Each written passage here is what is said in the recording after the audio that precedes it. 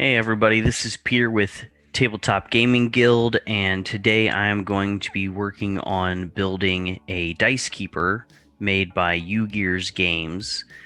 We've been given a few of these recently. I think we've done a dice tower as well as a deck box for cards, box for a deck of cards, and now we've got this dice keeper. It looks really nice, at least from the image that we have here on the box. And I do hear that these can be deceptively difficult to build, so I'm going to give it a shot, see how it goes, and who knows? Maybe we'll have some luck, and we'll have a nice new place to keep some of our dice. So I'm just going to walk my way through it, and I'll talk about it a little bit as we go. And I have no idea how long this is supposed to take, so you guys might be here with me for a little bit, and let's just see. Okay, so they've got so here's the dice tower that we've got a video of it being built, and then also here they've got a game. Yeah, they've got a Game Masters screen that they have put together. That would be interesting. I'm not sure what all that entails. This one, again, they all have like really interesting mechanics and gears. So the dice box, the dice keeper here, is supposed to be able to hold, I think, probably like 2 sets of 7 dice, one on each side of the box. And these little doors open, and as they open, then the top pops open as well. And so there's some gears and mechanics that are going on inside the dice keeper also. All right, so inside, we've got some nice wooden pieces that are, sealed off with some plastic. We're going to have our assembly instructions here. We also have here, looks like some probably extra pieces just in case. Okay. We've got some rubber bands here, which I'm not 100% sure what the rubber bands are for. I guess we'll wait and see. And then it does also come with some wax, which we'll need to use to wax the some of the different pieces so that the gears can move freely inside. We've got some sandboard here, some sandpaper, so that we can sand some of the pieces if we need to as well.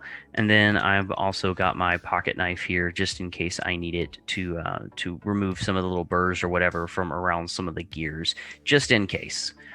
Hopefully we won't need that too often, but we will see. Again, like I said, I have heard that this can be a little bit difficult in putting these things together, especially for somebody who doesn't do a whole lot of crafting. That would be me. I don't do a ton of crafting. I think at one point I tried to do some whittling in some spare time, and after I had whittled an egg, decided probably not the hobby for me. But I like gaming. I like running role-playing games, which involve a lot of dice. So when I found out that they were sending us this dice keeper, I thought, well, we'll try my hand again at a little bit of crafting, as well as the end product would be something nice to have at the table for playing. So we've got our instructions here. Like I said, I'm going to go through these, read off step by step what it is we're supposed to do as we build this dice keeper. We do have a couple symbols here. It looks like this one here is letting me know that if I see this when we're building, we're going to need to go ahead and wax some of the pieces of the wood so that they can move more freely. We've got another symbol here just to draw our attention. It says pay attention, check to make sure we have the correct orientation or positioning of the pieces. So again, stuff that you really want to make sure you're getting done correctly. This right here is just letting me know that it's maybe a piece that needs to be broken off or cut out. And then this one is the part should be easily rotated or moved. So if I see that, I'm going to want to test it and make sure that once I've assembled it, the piece is moving freely. So we're going to go ahead and set this off. I'm going to set this off to the side. You guys don't have to see that, but I will be, like I said, reading through some of the instructions, and I might show it to you every once in a while we're building. All right, so each of these boards has some numbers on them, numbers for the different pieces. Looks like circular circles around these numbers here at the top. So I've got board number 1 and board number 2. And it, you know, it really, you look at it and it doesn't look like it's all that many pieces, but it probably really is, even though it's just these 2 boards. Yeah, so let's go ahead and I'm going to turn to the first page in the manual, just so you guys can see what it looks like here. Let's see here. Yep, so okay, I flipped that upside down for you again. There we go, right side up. All right, so we're going to go step number 1. Step number 2's down here. All right, I don't know if I flip ahead. You know, I don't do this when I read a book, but these are instructions. I want to see how many different things we have to do. Oh, there's the rubber bands, so we'll see how that comes into play later. All right, so there are 15 pages of instructions. See how long this takes us. I'm not going to be in a rush, okay? Not going to be in a rush. We'll probably do maybe 2 versions of this video. One with me slowly talking my way through the process. You guys will get to hear all of my gripes and complainings. And then we'll do one maybe sped up so that you guys can just quickly watch it being built and see the end product without having to listen to me gripe and moan. But yeah, so let's go ahead and dive in. It looks like I'm going to be looking for part 1. And as I do this, you're going to notice it's going to be upside down to you, but it will be right side up for me. So I'm going to go ahead and do that. All right, so we have board number 1. Part number 1 is down here. So I'm going to go ahead and I'm not sure how easily these come out of these boards, but we're going to find out. I'm probably going to be like too gentle. I'll probably need to be a little rougher on it, but not too rough, hopefully. All right. So just so you know, I already took a little teeny piece, little splinter out of this piece. Hopefully that won't come back to bite me later, but it's pretty small. You know, everything has its imperfections. It'll be fine. All right, so part number 1 is out, and then I need 2 pieces that say they're part number 2, and I do see those up here. So I'm going to go ahead and try to get those out without also splintering the boards. We'll see how this goes. All right, so those came out. Not too bad. All right, so there's darker sides and lighter sides, and it looks like, according to the instructions, the lighter sides should be up and down while the darker sides are side to side. All right, so again, piece here, and we're going to be placing these in these 2 little holes here with the lighter sides facing up. And it looks like from the image, we're going to want these to go about halfway into this piece here. So,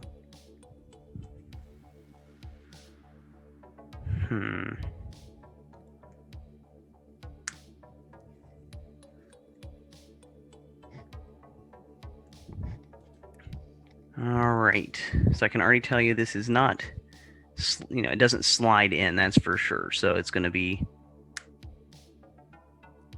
I just don't want to, I don't want to break the wood, but I do want this to go in the way it's supposed to go in. And now it's slotted in fairly easily to begin. Let's just pop this little piece off here, set it off to the side.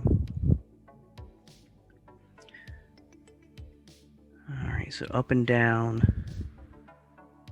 everything looks good there. I just have to get this to somehow go in about midway.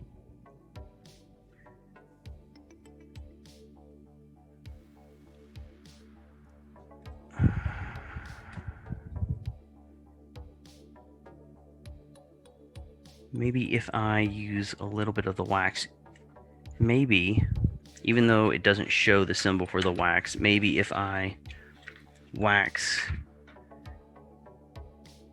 the pieces just a little bit, might make it a little bit easier for the wood to slide in to place. Give that a shot. So like I was saying earlier, I do really enjoy running Dungeons and Dragons and role-playing games, and I've really missed getting to do that recently, so I'm looking forward to getting a few friends back together soon and playing some games. All right, looky there, we did get one of the pieces in halfway, so we'll go ahead and do that again with the wax on this piece, and hopefully this one will go in smoothly as well.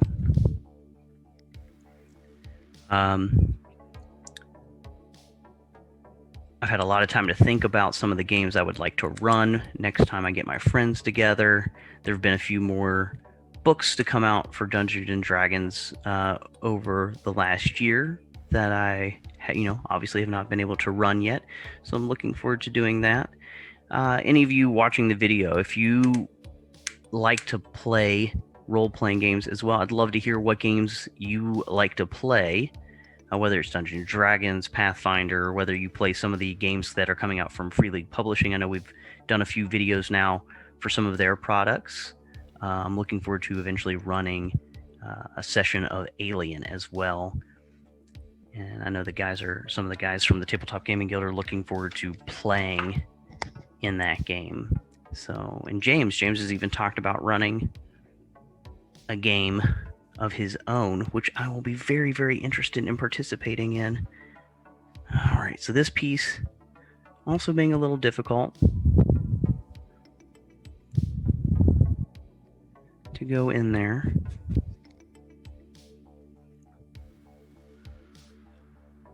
But we'll get there.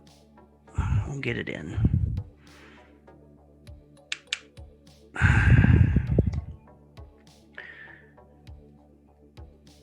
But yeah, so if you like to play role-playing games, if you play Dungeons and Dragons, anything like that, I'd love to hear about the games that you play, what it is you like about them, why you've decided to play them, how long you've been playing them, all those things, and in the comments, if you want to share that information, we can get a nice conversation going about role-playing games and why we think they're pretty awesome. I know we mostly review board games and talk about board games here on Tabletop Gaming Guild, but we like games of all kinds at the tabletop. And we'd like to know what you're playing, or games that you'd like to play. Maybe you've never played Dungeons and Dragons, but you've always wanted to. What's keeping you out? What's stopping you from getting that to the table, as opposed to some of the other games? Maybe it's just you don't have anybody that's ever played before. Okay, so my fingernails are starting to wear a little bit on these pieces. Hopefully that's going to be all right. We'll find out, I guess, right?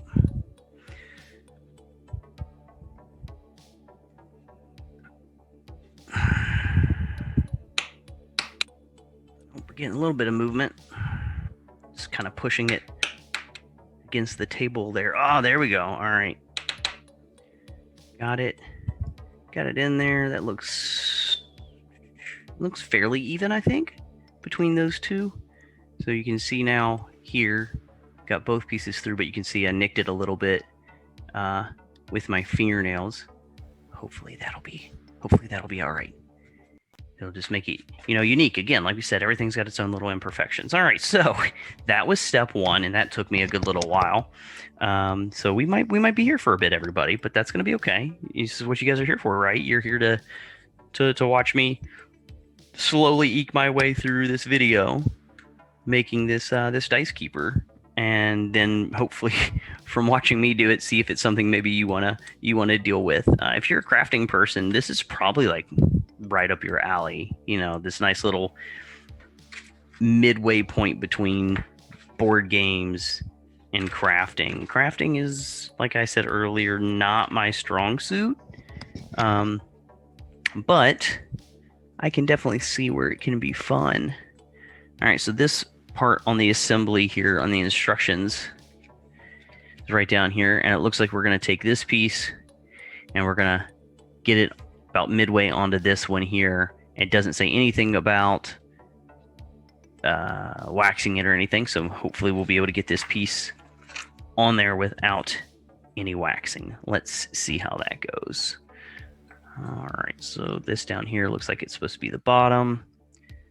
From what I can tell anyways, towards me. I'm going to put this piece in. Man, that is... Okay. So it looks like it's going to go up there. And somehow, I'm also then supposed to get this to slide up and over this piece. That seems like a pretty tall order. That seems like it might not happen. But again, they made it. They wrote the instructions. Other people have done it. Other people have made videos of this thing happening. So, it's got to be possible.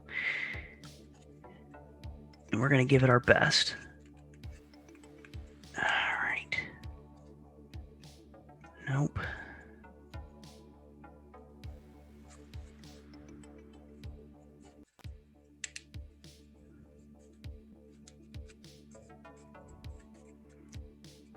So I'm getting it kind of close here. As you can see, I'm having trouble getting this piece here up and over. Oh. I just said it, and there it was. All right, fantastic. Not sure what I did a little bit differently there, other than you just complain about it long enough. See, isn't that how it works? You complain about something long enough, and then it just fixes itself? Never. That's never how these things work. All right, so I've got it lined up now. Right down the middle. And it looks like I'm going to set this piece aside now and move on to our next piece. Our next piece is going to be, it looks like number 4 on our board here. All right, we're going to grab piece number 4. It does have this little exclamation for letting us know that we need to make sure that we've got our positioning. And then it looks like 3 pieces that are all number 5. So I'm going to get that. And then over here, it does look like we're going to get our symbol for waxing. So we're going to have some gears that are going to come out and go on these 3 spokes. And they're going to need to get waxed. So I am looking for part number 4.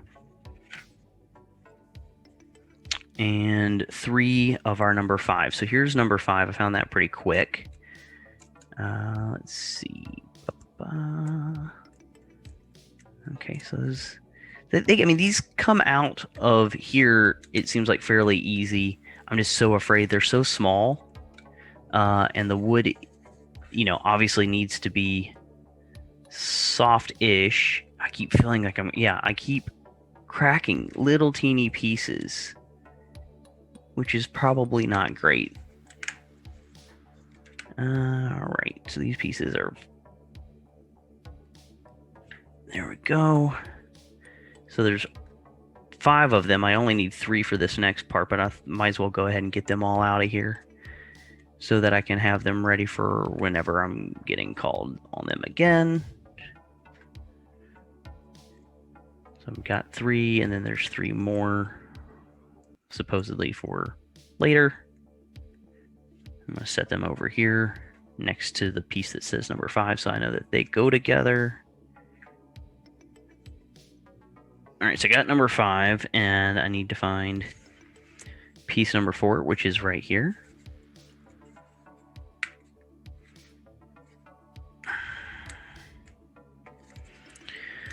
So dice keeper. I'm making a dice keeper. It's always nice to have dice trays, dice rollers. If you're into gaming, you've probably quickly become accustomed to the fact that there's no such thing as enough dice. Or too many dice. So if you're gonna have lots of dice, you got to find things to keep them in. And I saw this one, and I just thought that it looked really, really cool. I think all the things that UGear puts out look awesome. I don't know if I'm gonna have the patience to want to continue to make them, But, you know, you give it a go, right? You give it a try. You see how it goes. All right, so these are going in.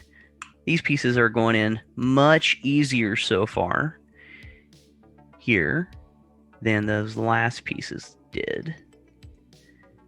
So I'll probably end up speaking too soon or something here in a second, and then it's going to be hard again. But all right, so this piece here feels too wide, so I'm probably putting it in wrong. Is probably what's going on there. Yeah, there we go. It always helps to put things in the right way. I don't know about you, if you guys know that, but all right. So here we go. All right, so I got those pieces in, and then I'm going to be looking now. It looks like for up here, yeah, 6, 7, and 8, and we're going to use some wax on all of these pieces, 6, 7, and 8. So let's go ahead and find those. Okay, so there's multiple 6s, multiple 8s. There's only one 7 though, but it does say that I only need 1 6 and 1 8. So I'm only going to break out one of each of those for right now. Okay. Again, I just get these little teeny pieces of wood that break off, and I'm like, shoot. And I'm just hoping that that's going to be okay in the end, and that I'm not going to regret not being more gentle with it. I don't know. I feel like if you make it too finicky. Now, I also read on here that these pieces here, you know, when you have these little spokes, it's good to work the little extra pieces of wood out of them if there's these little teeny burrs. So that's why I got my knife here, just in case. It doesn't look like there's too many, but there are a couple. They're like little teeny splinters, and you just want to make sure that all of those are worked out of the piece, allowing the gears to move smoothly. All right, and then I'm also going to rub the wax in between each set of teeth on these gears, hoping that that helps. Again, with the movement, because again, that's what they said to do. I don't know if it helps to have it all over or just between the teeth. I'm going to do it all over probably though, just to really make sure that it goes well.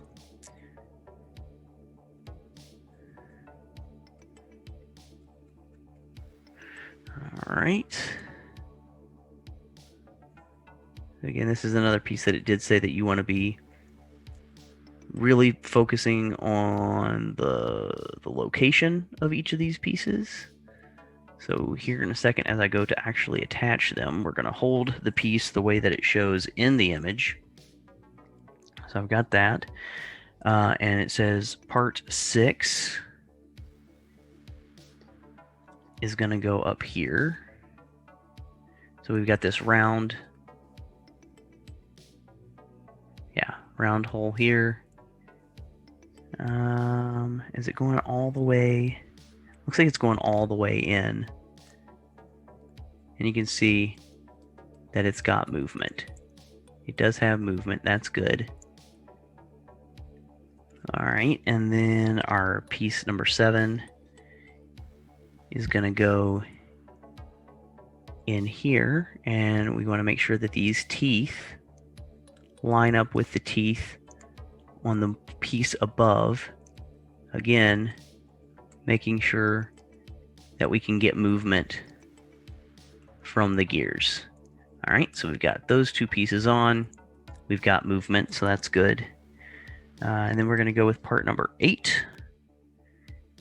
And part number 8 goes down here. Again, also lining up the teeth so that we can get movement from all of them.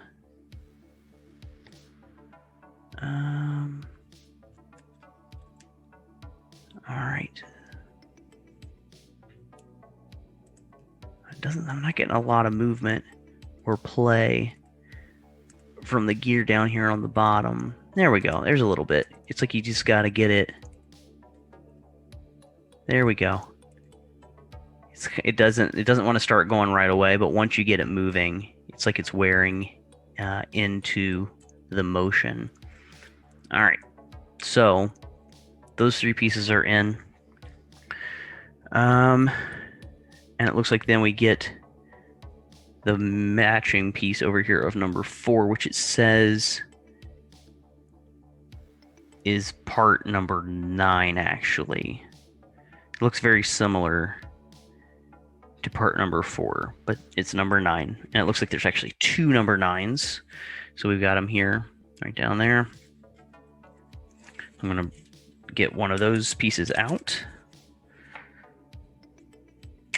There we go. Part number 9. And it shows here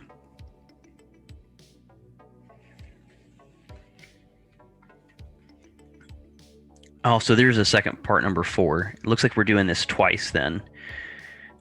Is there another number 7 though? I don't remember seeing another 7. I do see another 6 and another 8.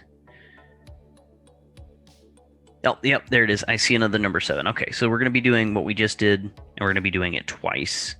So the 9 is going to go on here, and then we duplicate. Okay, so we're going to do that again.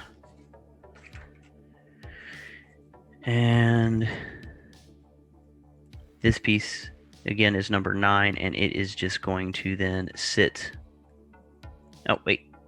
I want to make sure we've got this on the right way here. I think it's this way. Nope. Nope. So it's going to have to be this way. Yeah. I just need the line up the pieces so that they match the spokes. Maybe it'll be easier if I start in the middle piece.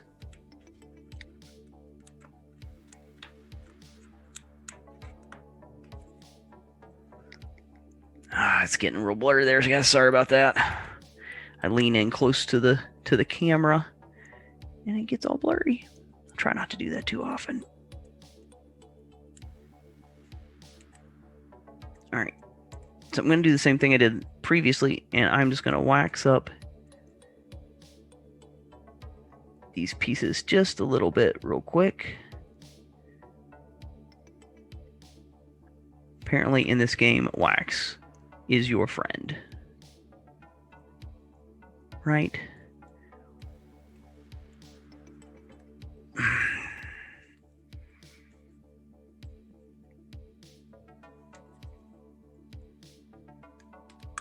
There we go. All right.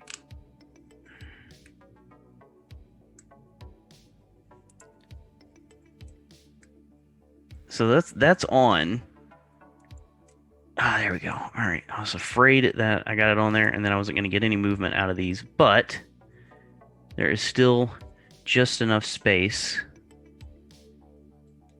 You can see that we are getting some movement from the wheels. All right. So we did that once. And guess what? We're going to do it again. All right. Here we go. So I said I saw another 4. So there is another 4 right here.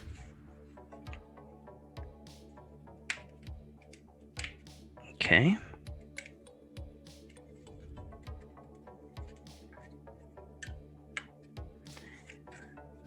And then there was another number 7, which we're going to need that.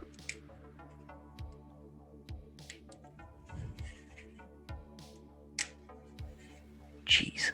Yeah. You start to get these pieces out and all this over here starts to become very, very fragile because there's nothing holding it together anymore. All right, so we got number 7 out. Broke off another little piece of there. That's all right.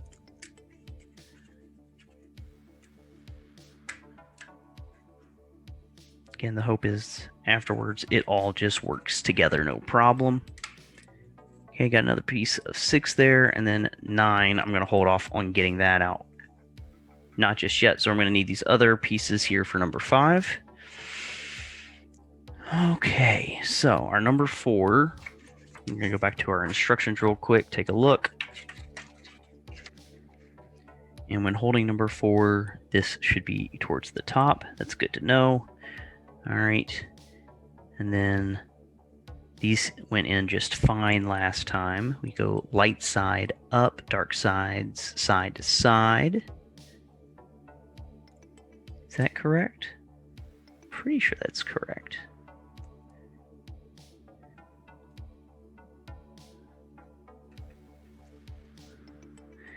So, I mean, it just, like, they cut these things to just fit just right. All right, that one's in. Same thing here. I'm gonna move that out of there. Give myself a little bit more space. All right, that one's in.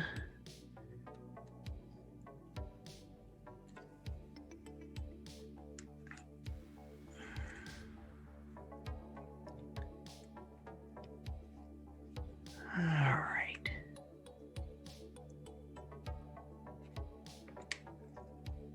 Yeah, there you go. I heard it kind of. There we go. All right. Got those in there. I'm going to go ahead then and again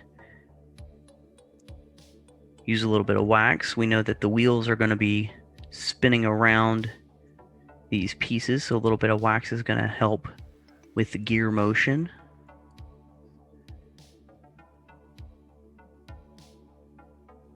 And we're going to use our little knife here, just make sure we get any of these little teeny burrs out between the teeth of the gears.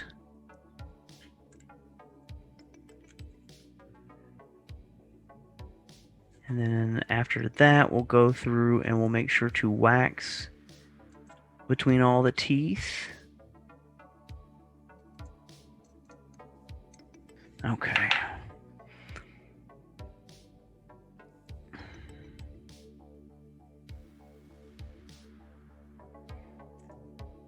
So I thought about, when making this video, preparing for it, I thought about, what are some topics maybe that I could talk about a little bit. As most of you know, I'm fairly, I still consider myself fairly new to the podcast, and new to board gaming as a hobby, though it now has been,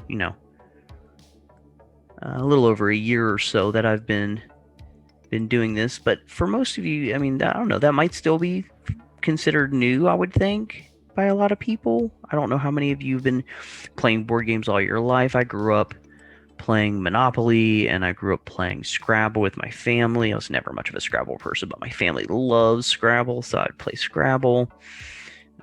Played the game of Life and Sorry and Trouble and all those games.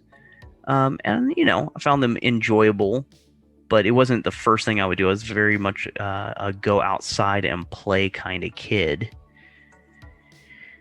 But I've really been enjoying getting into the gaming hobby. And it's just been really fun getting to know the guys on the podcast, getting to know Jim and Dan and Nathan. I've really had a good time meeting them and getting to know them over the last few years. And I'm enjoying getting to know the hobby and getting to know other people who are also in the hobby. So I'm looking forward to more opportunities of getting together with people, meeting even more people who enjoy games. I did get to go to Origins convention in Columbus, Ohio a couple of years back. And that was a really good time. I enjoyed myself. Again, at that point in time, I was mostly playing just role-playing games, not so much the board games. So I was very locked in, and I actually, for my first time going to Origins, I decided to run some role-playing games. So that was a lot of fun, but it also took up quite a bit of the time that I had while I was there. So I'd like to go back and do some more board gaming, and because I hear you get the chance to play a lot of games, maybe even before they're really out yet. You can do some play testing and stuff, and I think that would be a lot of fun. So I don't know if you, again, another thing that you guys could talk about in the comments a little bit of the video if you feel like it is, have you been to some of those bigger conventions or some of your small conventions at home, and do you take part in like play testing and stuff of games when you're at those conventions? I just think that would be really interesting to hear about, to know what it is that you all get into when it comes to going to conventions or playing with friends. I mean, do you just play games with the friends that you have at home? Are you online gaming most of the time? I don't know. What does everybody get into? I find that I diversify. I try to do a little bit of everything. I enjoy going to the local game convention here in Butler, where at least 3 of the 4 guys from the podcast and Tabletop Gaming Guild live. Enjoy going to those. Again, mostly doing Dungeons and Dragons, but I want to get the opportunity to do more stuff like that. All right, everybody, we have now duplicated that step. So we have 2 pieces here, matching images of each other here. And when you move this piece here, the gears are going to move, and I'm assuming this is going to help open the doors to the dice keeper. All right, so I'm going to set those aside. It does say actually that we want to wax along these pieces. I feel like I'm going to run out of this wax too soon. I don't know if I'm over waxing pieces or not. But at this point in this juncture, I feel like you kind of have to. The last thing I want to do is not put enough wax on and then break a piece when I'm trying to put them together.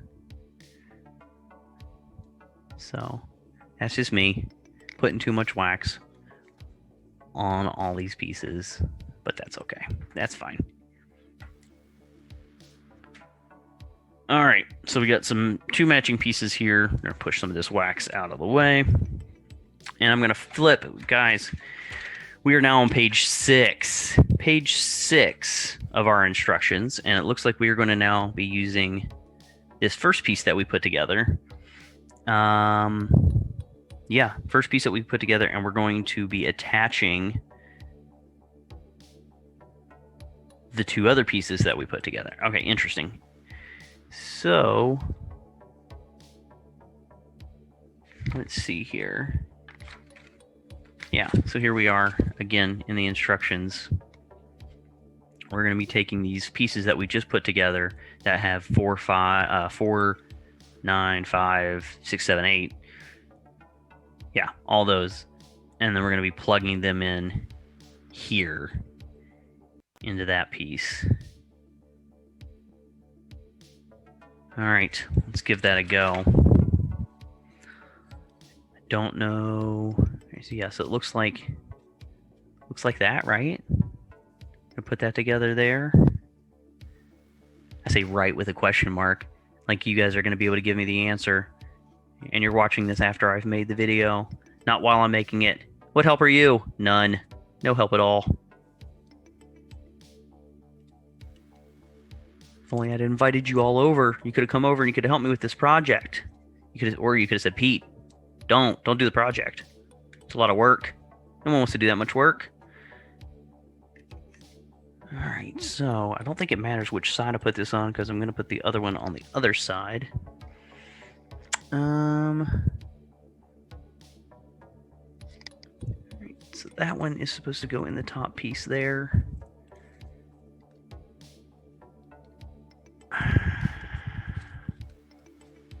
Gotta make sure they're tight and lined up, I think. I did wax. You saw me do that. I did a lot of the wax on there.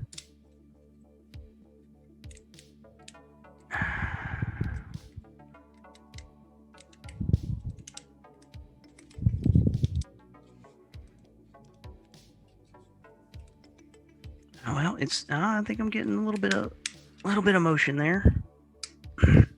You're gonna feel if you end up doing these, I think you're gonna always be a little worried that you're about to break it, which is, I guess, a little annoying, but at the same time, part of the process. You got to have to be not worried, like just not worried that might happen. Because if it happens, it happens, and that's gonna suck. But at the same time, you don't take the chance, then you're just sitting there and you're not doing anything. All right, I'm getting it in there. That's good. Almost. All right.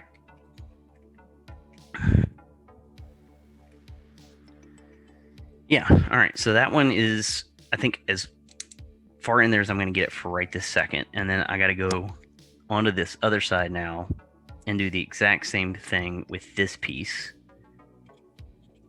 lined up. Mirror the one I just did.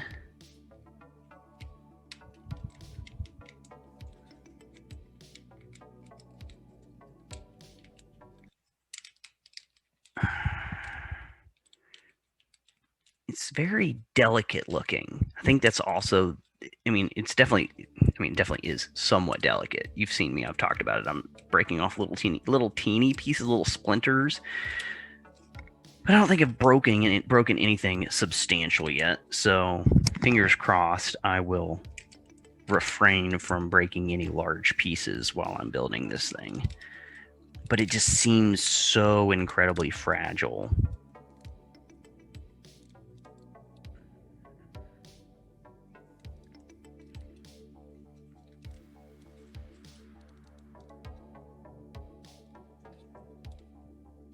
I find that if I just kind of like wiggle it a little bit, not too much, that maybe it's helping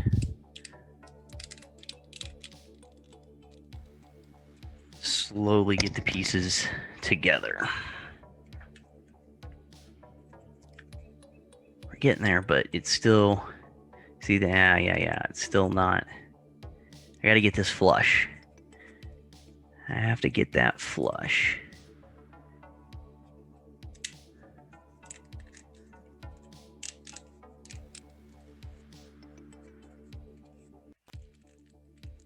Like if I'm if I almost see then this egg comes out. So I don't know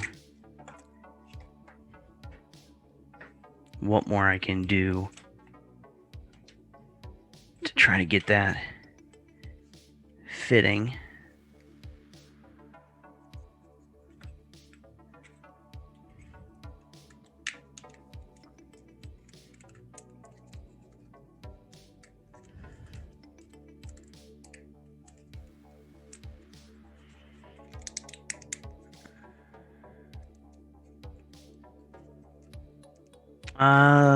Yeah. So you guys also, if you've listened to the podcast, know that I am a librarian for my day job. And I like to talk about books. So big surprise, probably, for somebody who enjoys gaming and Dungeons and Dragons. I am a little bit of a cliche. Love fantasy, big Tolkien fan. I really enjoy Michael J. Sullivan is somebody who I've really I've dived in head first. He's still currently writing, putting books out fairly regularly. So that's always fun. It's nice when you have somebody who's still actively writing that you're reading. So you're waiting for more of their material to come out. He's interesting. He kickstarts a lot of his books. So if you're out there, if you've read any of Michael J. Sullivan's stuff and you want to talk about it, comment on some of the videos or on this video, and tell me what you think about him. Like I said, really enjoy his stuff. He kickstarts his books. He talks a lot with his fans, with those people who read his books. So I've had a couple times where I've talked to him on Twitter. He's pretty active on there, just about some of my favorite characters in his books. All right, so that's looking. It's not perfect. I don't think it's as flush as I would like, but I'm honestly not sure if I'm going to get it more flush than that. So I think that's going to be it for that piece. So yeah, Michael J. Sullivan, I really enjoy his books. Be interested to hear if there's any of you out there who listen to this show or anything else, and you've also read some of his stuff. So he's written the Rhaenyra Chronicles and the Age of Legends and Legends of the First Empire series, and then he is just starting another series right now that he just finished kickstarting the first book in that trilogy, but they're all like set in the same world. Yeah. So we're gonna move on now. We're still on page 6, but we're gonna find pieces 10. All right. So I'm still here on number 1 here. So I've not finished all the pieces from that even yet. So we're going to keep on working, keep on trucking along. So 10, and then it looks like inside 10 is piece number 22. So I'm going to set those aside now that they've come out. And then piece number 10 here. Let's see. It's going to also get attached to this main middle piece that we've been working with. And it looks like they're going to fit in like this. And again, be kind of mirror each other. So let's see. I'll go ahead and show you again the pieces here.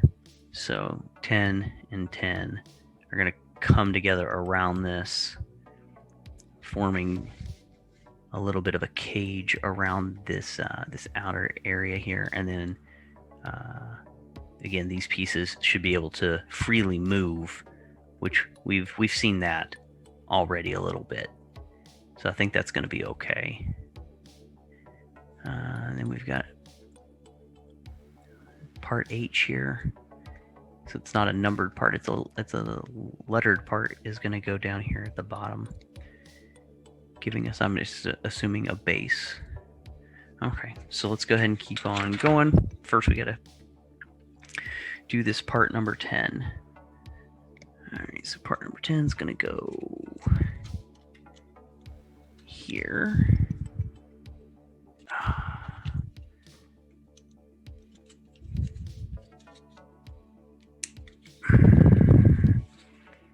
It was a little bit easier early on. You could, if you had a couple flat pieces, you could kind of lay them and push them together, but okay, running out of flat pieces.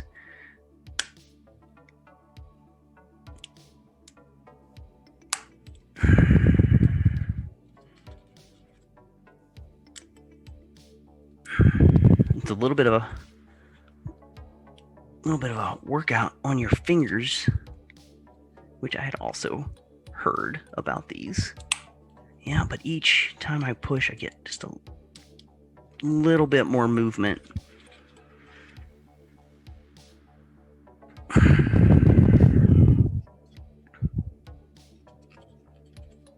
Yeah, I've got this little bit of a gap here, and I don't like that. I want it to be, I'm assuming I really want it nice and flush there.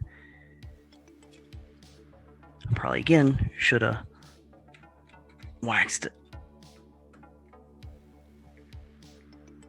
those pieces there, but that's all right. We're gonna just gonna take our time. We're not in any rush, right? Nobody's in any rush here. You guys are here just to watch the video. I'm just gonna talk your ears off while we do it. There we go. That's better. Okay, so I've got that piece on. So then I gotta do the exact same thing, just on the other side. I'm going to line that up there. What? Take the time. Just talked about it a second ago. Use a little bit of the wax. See if maybe that helps it slide into place a little bit better.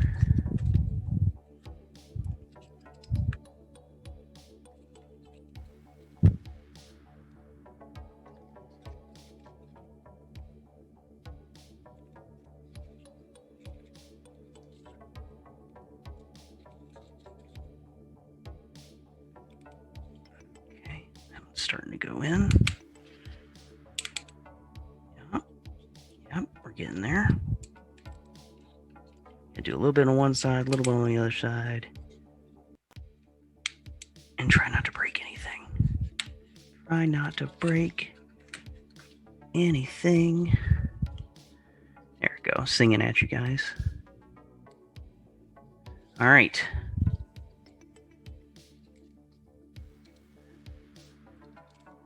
Again, we do have movement.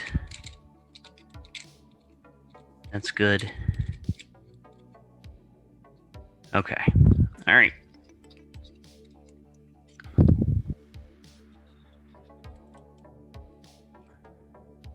So we got that part done. That's part 10. We check to make sure that we still have movement going. I see, again, something about H. So H is down here, still on sheet 1.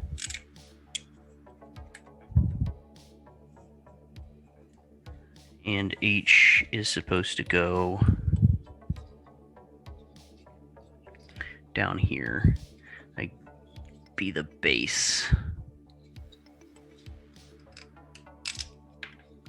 And that was our first break, everybody. Part H, broken. All right, we did it. We knew it could happen. We knew it was a possibility. So part H is broken. That was one of the legs, or the only leg. I'm not 100% sure. I would be surprised if that was the only leg, but we did just have our first break. These things happen. So I did see that they had in here a little container that had some extra pieces. I don't know. Oh no, those aren't extra pieces. I said that was extra pieces. It says universal game counter. It's just numbers to spin around. So that's not what I thought that was. Let's see here. Are there any extra pieces of H? Doesn't look like it. Doesn't look like it. I do not see another piece that says H on it. And that's not good, because there are pieces that eventually need to connect to H.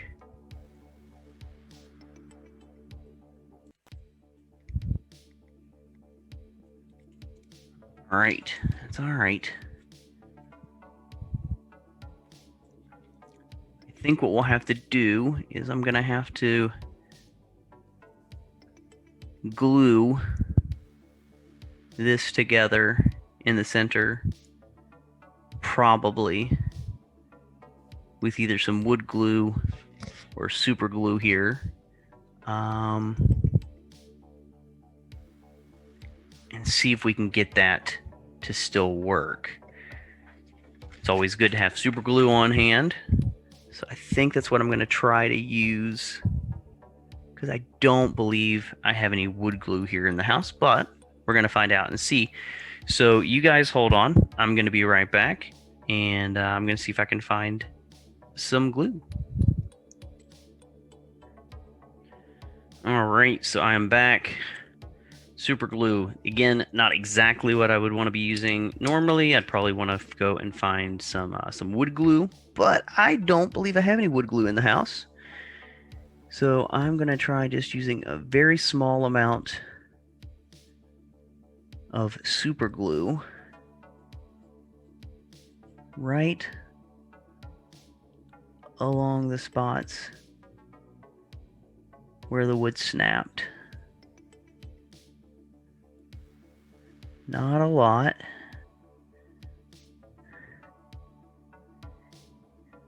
But I definitely need enough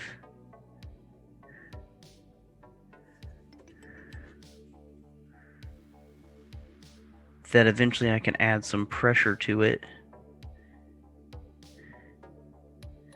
and it's not going to break. Fingers crossed. So you can see a little bit there. I don't know if you can see that because it's going to get blurry again. Nope, nope, nope, nope. Nah, still looking blurry. So, all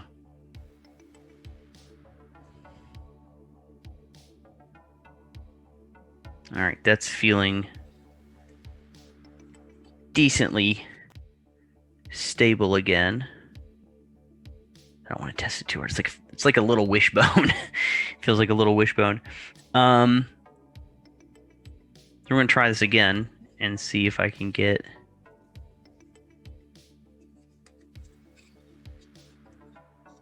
this piece to go on there. Making sure that this is the right side, because now that I just fixed it, I don't want to mess it up again.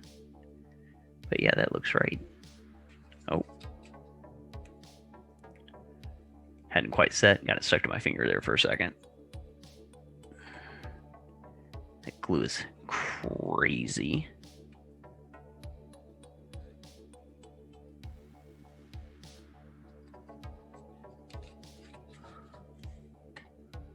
All right, there we go. See? You just don't give up. You just don't give up, right? Things happen. Things happen. It's not exactly the way it's meant to go, but you know, you still you figure it out. You keep on working. So, lesson learned for anybody who's watching. If you want to do this, you just keep some glue laying around just in case. And if something happens, just don't freak out. Okay. There we go. All right. It is now on there. We're good to go. Thank you, glue. Thank you, super glue. You're amazing. Let's put the lid back on so I don't glue myself to the table. All right, so I got that piece on there. Get rid of that. Paper towel. And we are now on page 7 of our instructions. We're going to get number 12 here. This is another one that we're going to do this twice. Kind of like, again, another little mirror image. Number 12 here is a really cool looking delicate piece. I like this work that they've got in here. This looks very kind of skull-ish. Skull-like, right? A little bit. Little skull face there. Carved into the wood. I think that's a fun, nice detail that they put into this dice keeper.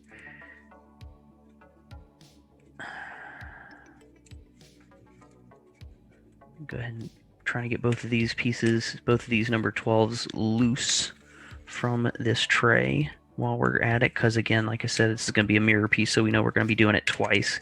Might as well go ahead and get both of them free. All right, there we go. Now we're almost finished, because here's number 11. 11 is going to go into 12. Another little gear piece there. And I think that's it. I think that is everything from the tray number 1. So it does say that we want to use the wax on part number 11 here, and then also on part number 12. We're going to do that in the gear teeth like we did previously with the other gears. Let's get that wax on there.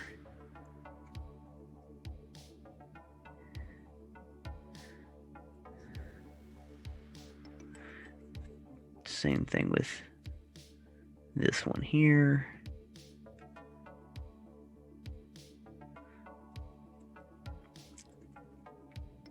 I don't know if there's, like I said earlier, such a thing as too much wax. We're just gonna wax it all up there, and then these pieces are going to attach to number 12.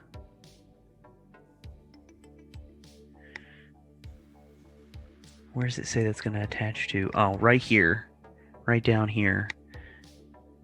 But then it says that it wants me to wax these here, I'm assuming for an upcoming attachment from another piece. So let's put a little bit of wax around there.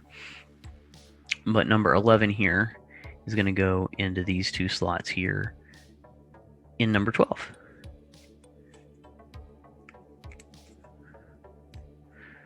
I have found that I'm finding I feel like if I put my palm into it, it gives me a nice little surface to push in there. All right, so there we go. Number 11 into number 12.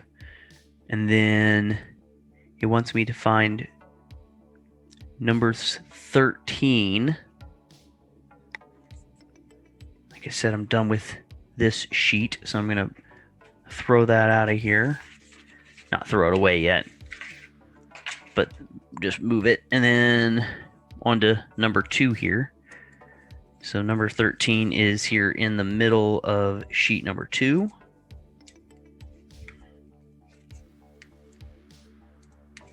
I'm just going to take our time again. We don't want to break another piece if at all possible.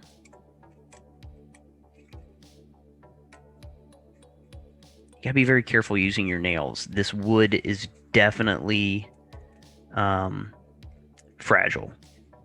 It's just a little more fragile than I was expecting, I think, even. Because I would not have expected my my fingernails to gouge little splinters out of it, but it definitely does. So keep that in mind as you maybe take on one of these projects. But again, I'm really looking forward to seeing the finished product. I've seen the little trailer videos that the company has put out about what it looks like when it's finished, and I'm looking forward to seeing it in person and knowing that I'm the one who built it from following the instructions. I think that's kind of fun. So yeah, these pieces were definitely in there pretty good. All right, there we go. All right, so we got our number 13s free. All right, number 13s bend a little bit, but it looks like they're going to go in like that. Yeah, with this little piece sticking up. All right, and then same thing on the other side, just like that. All right. And then I got to do that again. So we're going to put some wax on this other number 12. I think I already waxed up that. Yes, I did.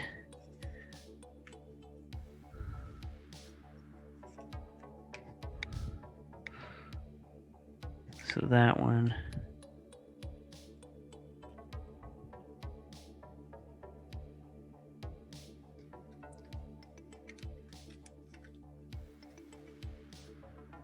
Is just going to, like I did with the other one, to get pushed in just like that. And then I got to find my other 13s, which are over here.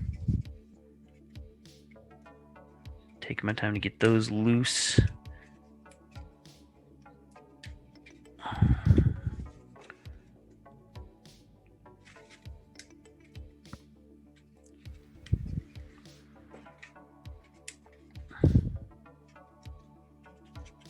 All right, there's that one there.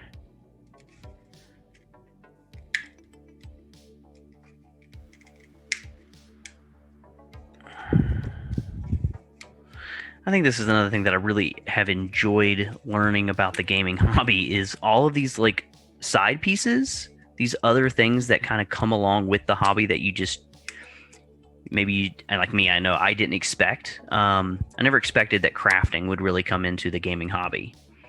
It's not something I knew was going to be a part of it, but I think it's fun. I think it's fun that you've got just all these little teeny side bits that kind of come along with the hobby that are fun, that there's people out there, all the artists out there who do things for games, and you can get out there and you can support them in their work.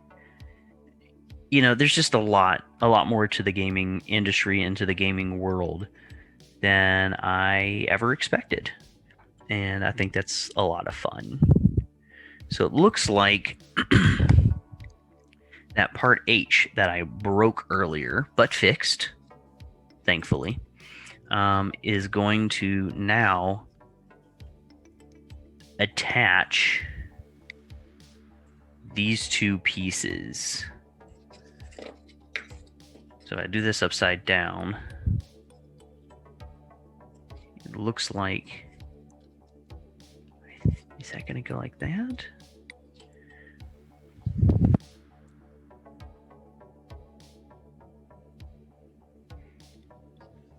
Just so you can see this, it's definitely wanting me to be careful about where I place things. So I'm trying to take these two pieces here and then attach them down here to part H so that it looks, again, a little like this. That's on the, yeah, because that's on the top side. So you do your best, right, when you build instructions like this to make them as easy to read as possible.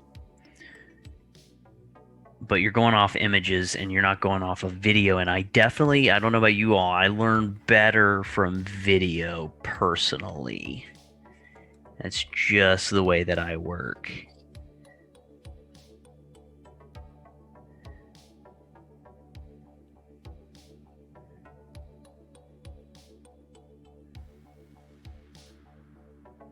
All right. But I am like,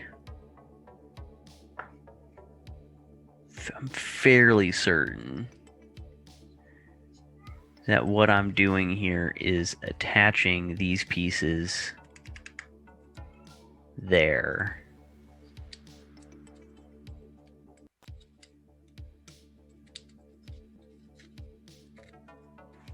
Which kind of makes sense, because then these seem to just slide right into place. So hopefully that's right. I don't know that for sure yet, but that seems plausible. Flip ahead to 8 here and see if it gives me a little bit of a better image of that. It does not, so that's okay.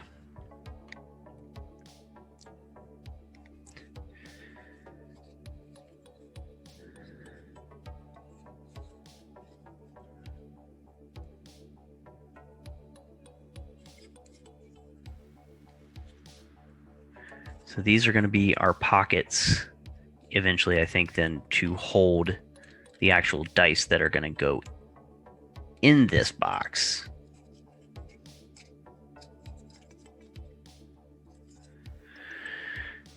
Okay, so this one's going to go here, right?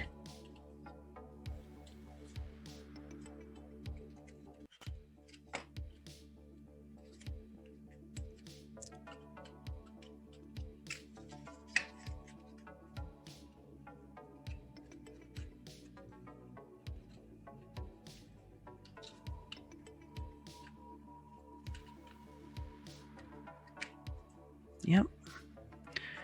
That goes in there as well. Like so.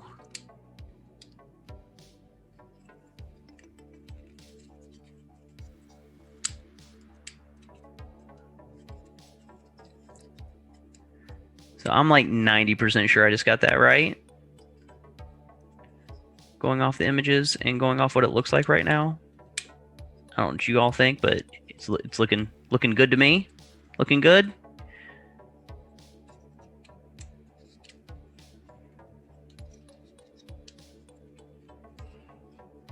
Right now, anyways. Okay. All right.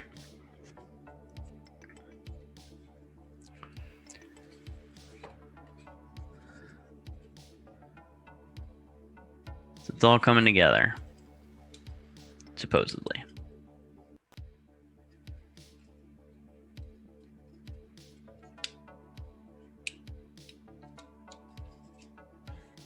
All right. So the next thing we're going to do is flip over to page 8. We're getting a little bit past the halfway point here, everybody. And we're going to go ahead and get our number 2 board here out. And it looks like we're looking for numbers 14 and 15 and 16. 14, 15, 16. I see 2 15s and a 16. Well, these look like 16.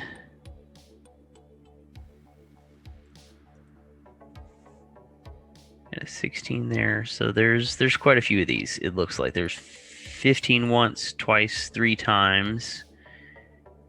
See 4 15s. I see 4 15s. So let's go ahead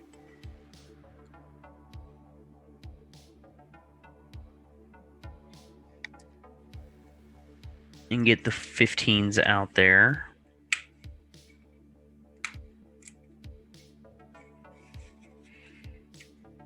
All right, there's 1 15 there.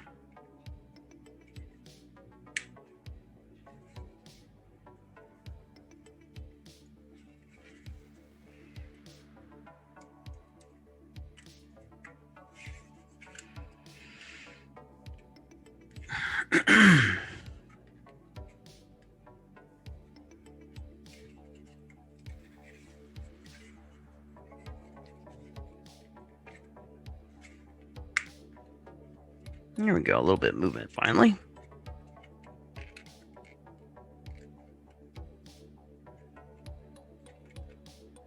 Which piece is not wanting to give up a little bit here?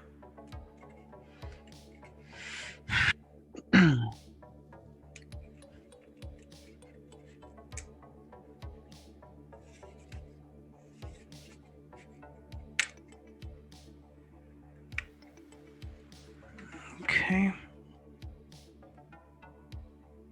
Another little teeny break here.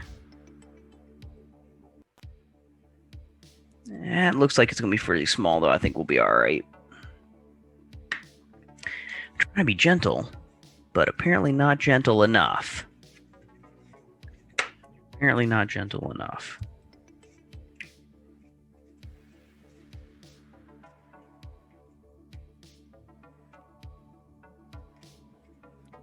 With that's coming loose, so we're going to go ahead and just break it loose, set it aside.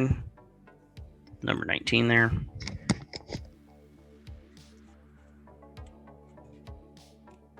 All right, number 15 is being a little finicky. That first one came out all right, but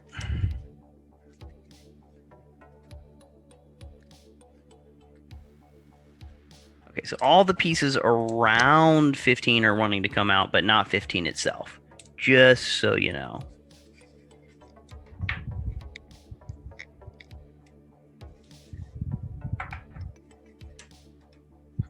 So number 18 is coming loose. That's fine. That's fine. I just don't want to get, I don't want to get the pieces mixed up. But it is what it is. If it's loose, it's loose. So those two are number 18. We'll set those off to the side. So we got 22s over here. We got 19. We got 18 there.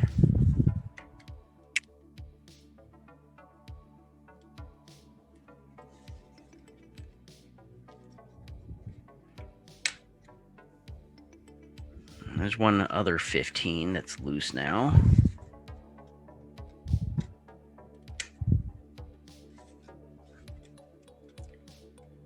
Because I'm sure that it's only getting cut a little bit. There we go.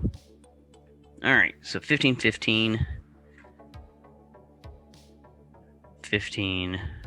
Slightly broken 15. There we go. We also need the 14s out.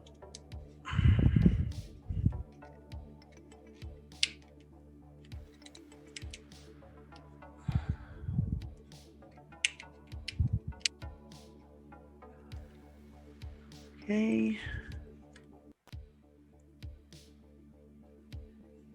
There's that 14, and then the next 14. All right, so we got two 14s, and then there's two more 14s.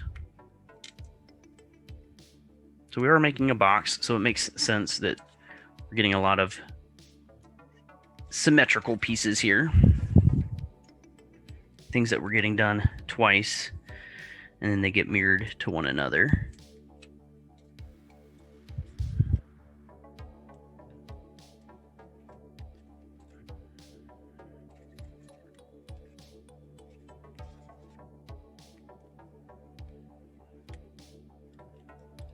Alright, broke a little bit, but you know what? That was actually the surrounding bits, so I think that's gonna be okay.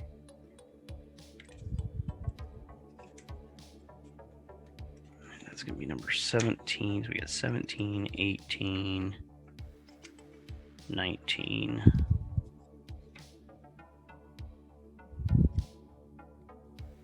Got one more 14 to get here, and then I still need to break loose the 16s so that we can build this piece that we're step that we're on. We're getting there though. All right, so we've got our 14s. I got our 15s. Then we just need the 16s. There's quite a few of the 16s here, so I want to be careful. They look fairly breakable. So I'm going to try to be very gentle here as I break them out. 1, 2, 3, 4. I need 4 of them.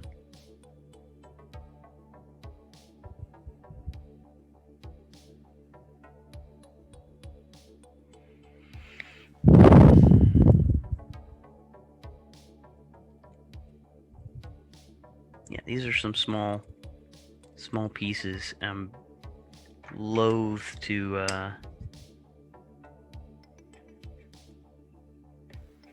break them. That's not going to do much, is it? Yeah.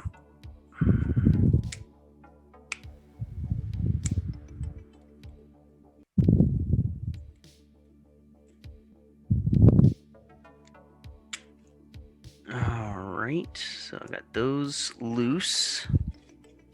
I'm gonna do that again.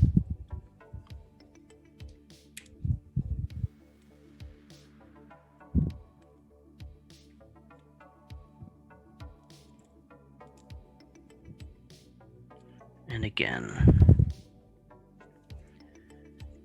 All right.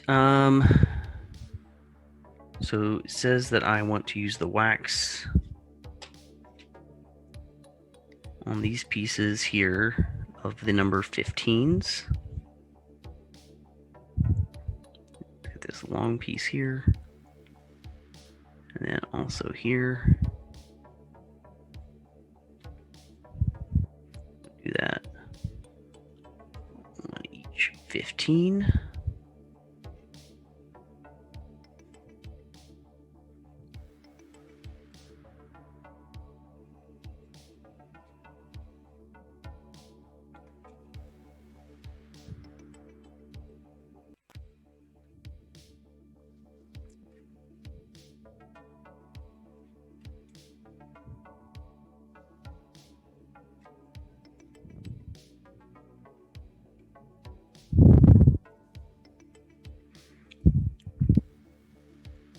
All right, so I've got the 15s waxed, and then the image shows it like that.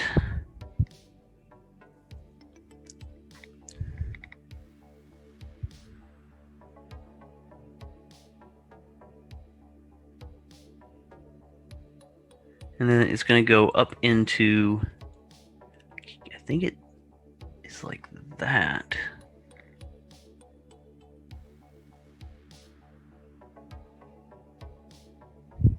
No, one further back. It's gonna be like that. Yeah. So we got 1.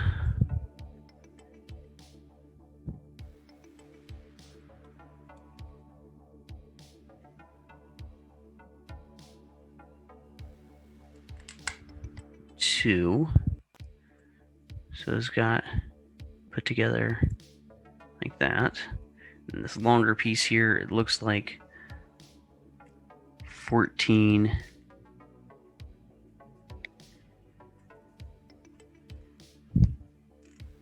slides on like so.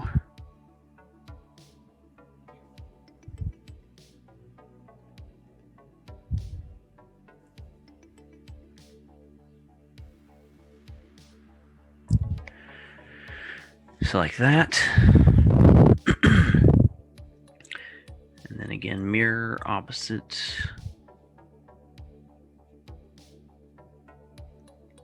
Long edge on that side. I know I haven't pulled out the instructions, but I feel like for you all to see, I feel like I'm getting to the point that I've got I feel like I've got more stuff out here at this point, and I'm not remembering to continue to bring out the instructions for you all to see.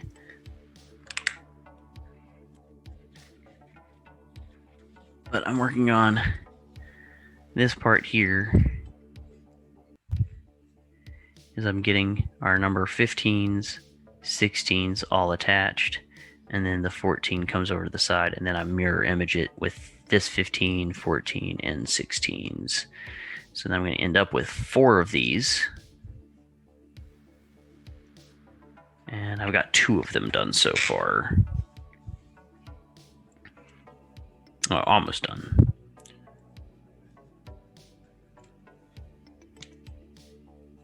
So there's one set. And I'll do this one here.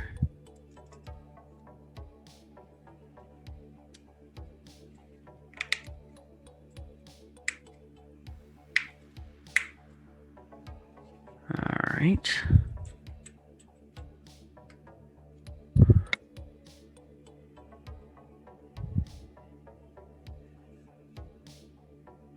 Like that.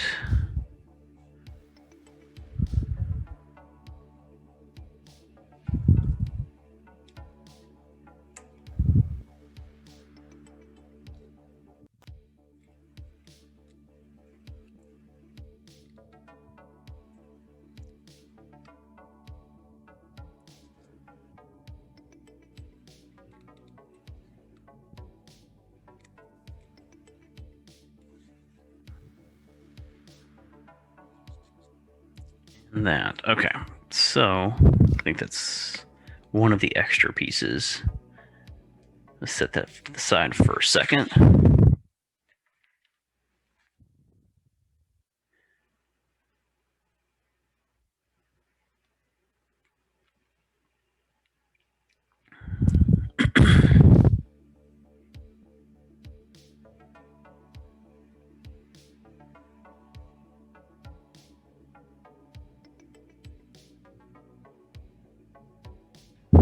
Okay. So it looks like we are now going to try to attach these pieces together with this one here. And I'm trying to take a look at the image down here and make sense of it. So we've got these loose pieces here that aren't currently attached to anything. They kind of go up and down. Same 2 pieces here from this viewpoint. And we want to take these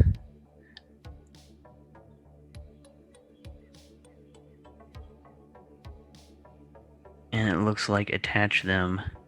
And I need to wax these outer points here opposite of H. Opposite of H are these bits. Here's these loose pieces here and here, and we've got the same ones on the other side. So opposite of H are these guys here, and I'm going to wax those.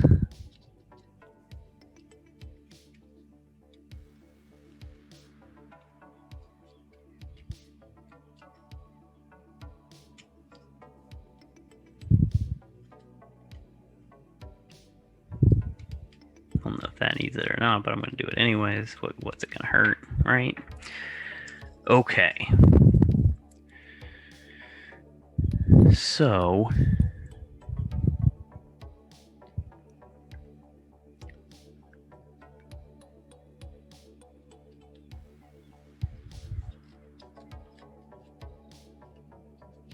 believe that if I'm looking at this right,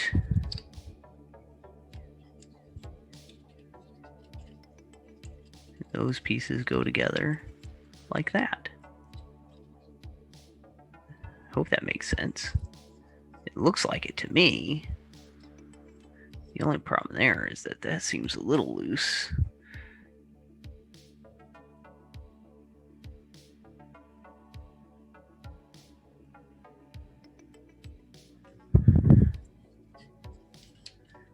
And then it does say that this here is going to need waxed as well.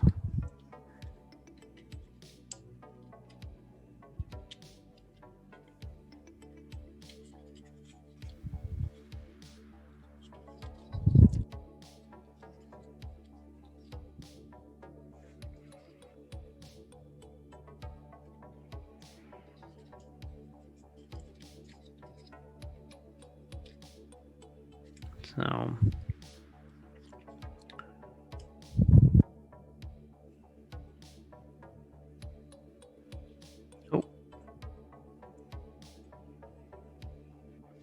I didn't get one of those done. There it is. Silly me.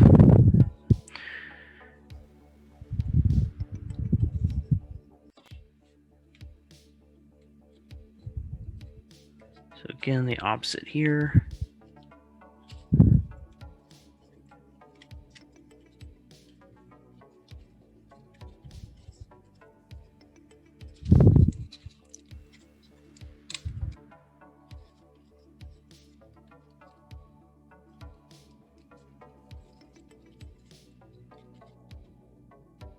Don't want to seem to really stay attached super well.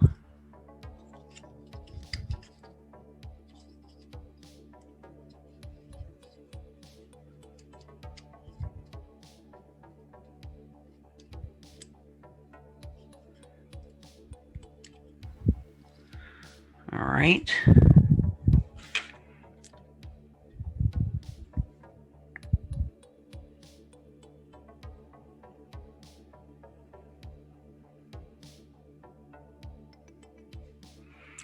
All right, and it looks like we're waxing these pieces as well.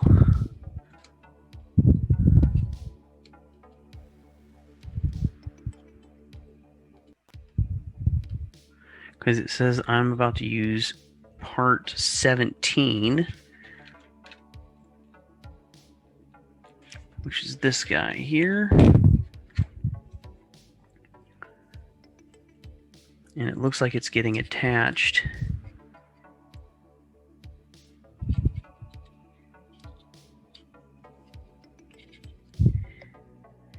Maybe in those spaces. You know what? I might have put that in the wrong spot. Did I put that in the wrong spot?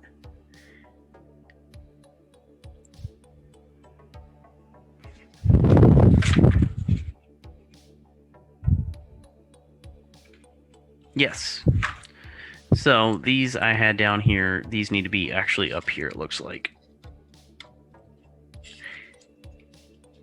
And that now makes way more sense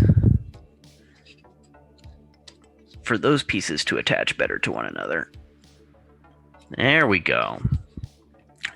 Instructions, everybody. They're important. You think you got them, and then you got to look at them again, just in case.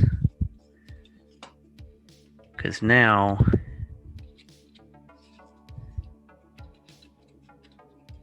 it looks like I'm supposed to slot these pieces together.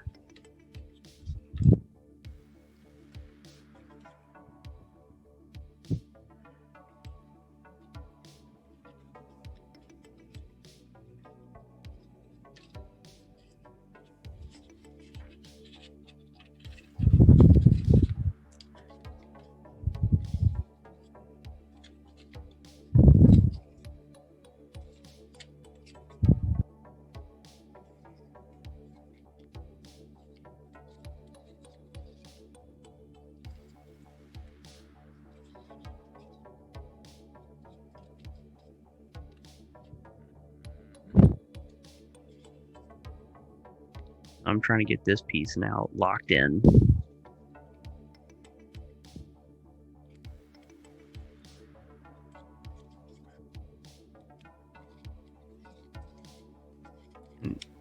Locking into a couple different spots. I'm pulling this whole thing together. On this side anyways.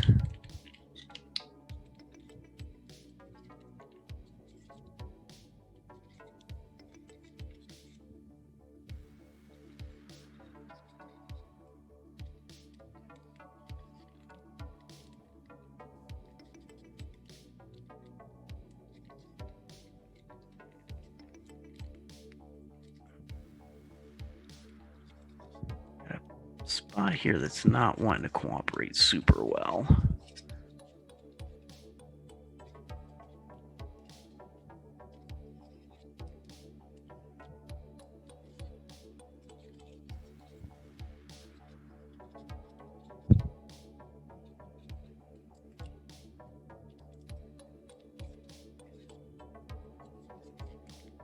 There we go. Maybe.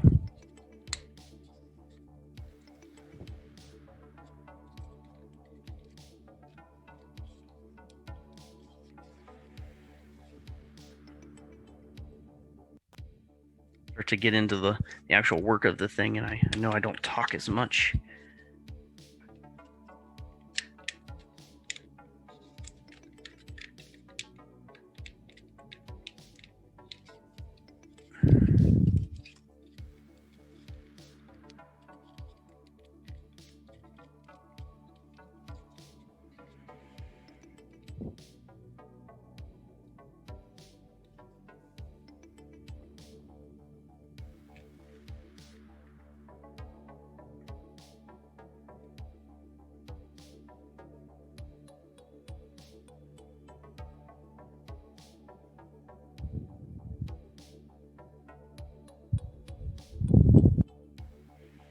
Interesting. Okay.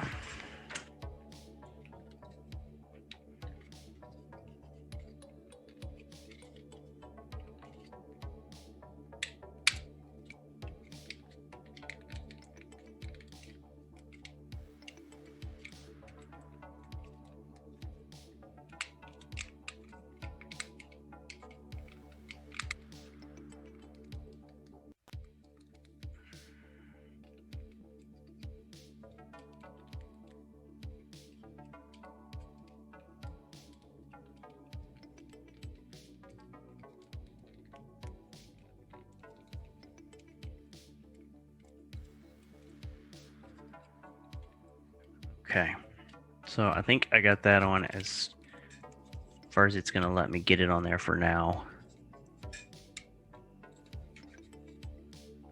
But apparently this H piece here that I broke earlier that then I fixed is acting as like a connector because it's about to go away so that I can do this next part.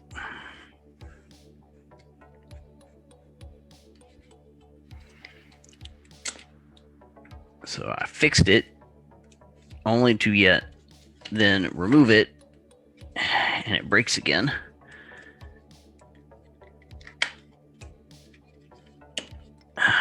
Okay. All right.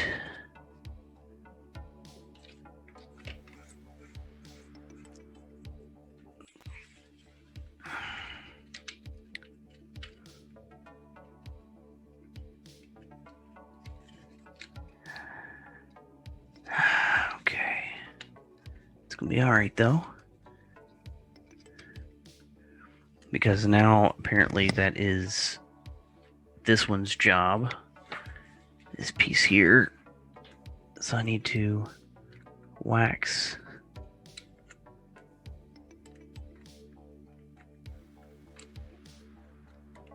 all of these pieces here.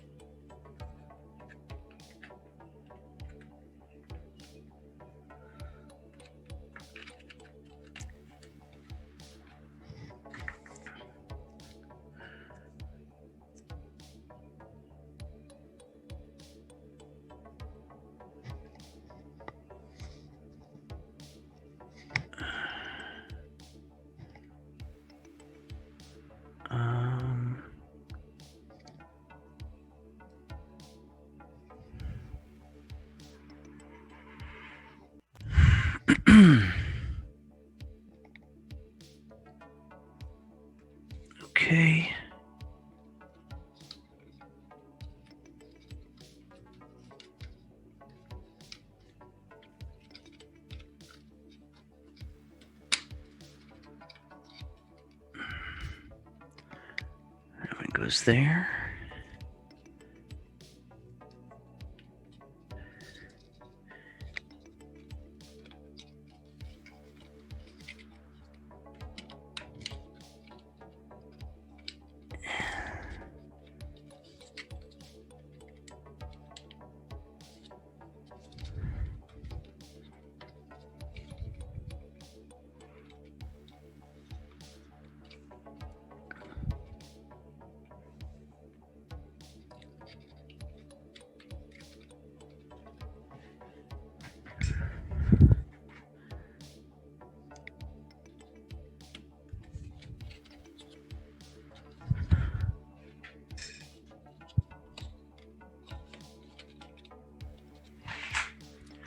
Alright, so I'm going to be putting on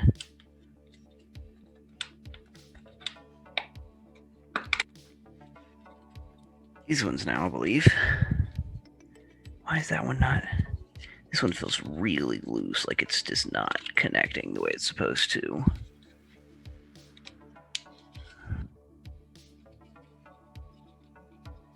It's not nearly as much of a trouble.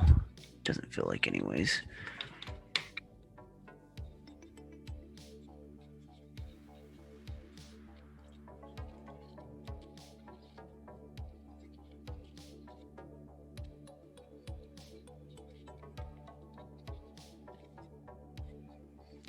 That's supposed to...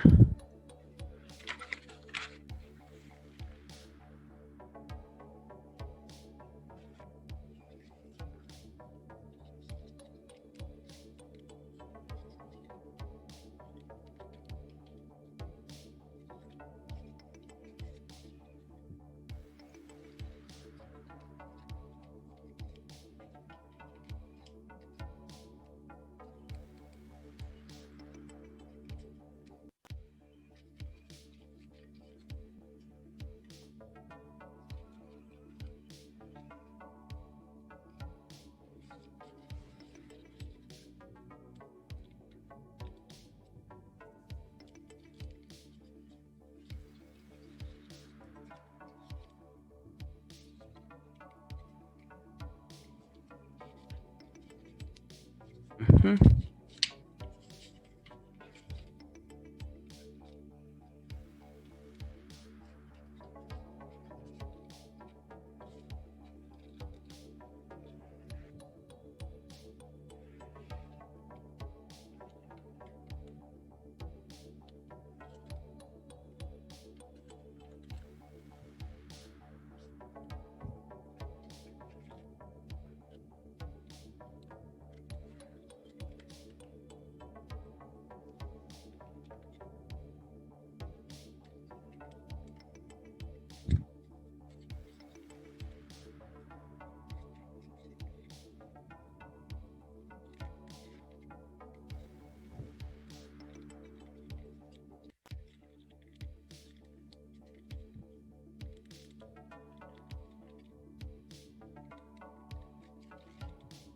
Yeah.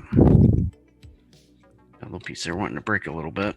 Let's take it easy. There we go.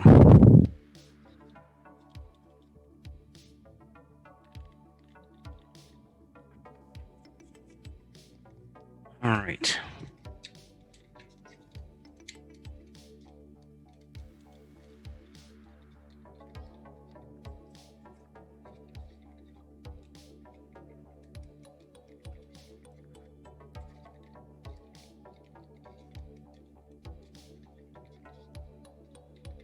I've got one piece here that's not looking good. It's looking a little weak. I don't know if you can see this. I've got a piece here that is a little cracked and not fitting into the right place a little bit.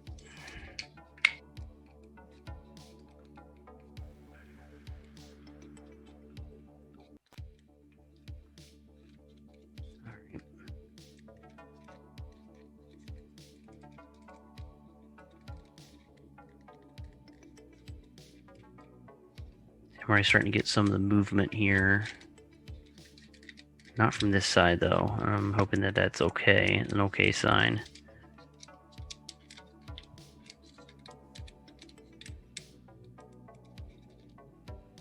We'll have to see.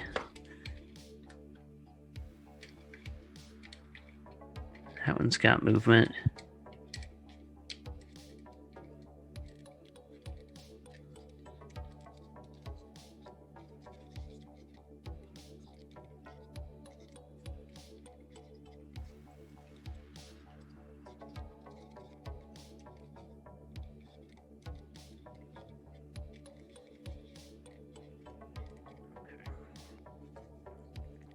So now we are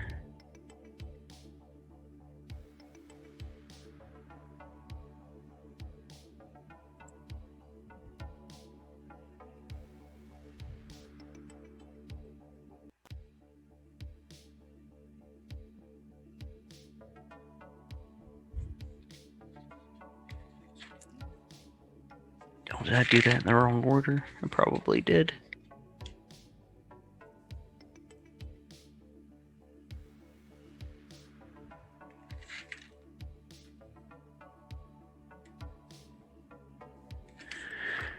Okay, 18.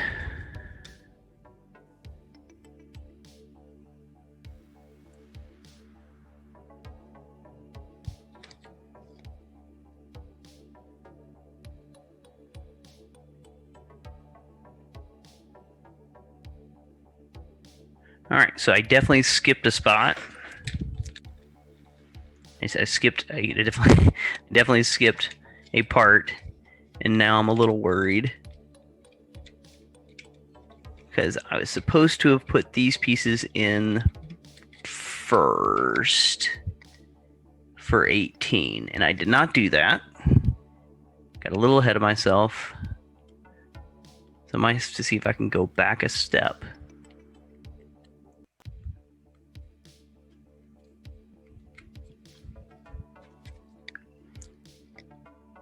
These things happen, though.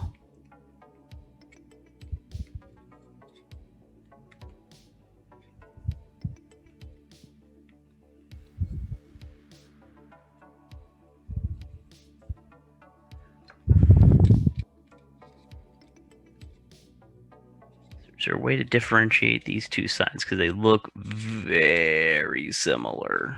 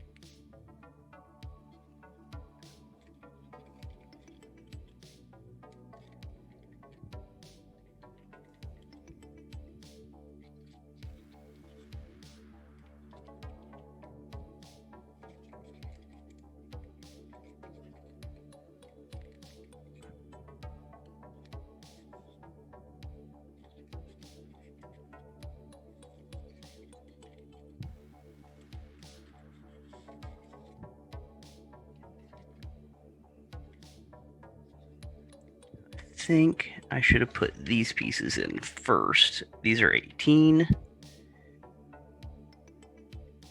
And then 19 was supposed to get attached. Yeah.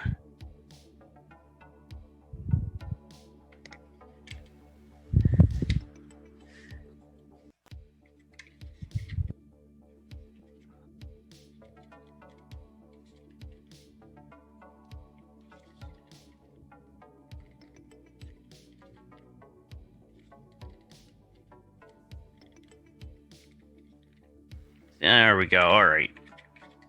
We did it. Still not getting any movement from...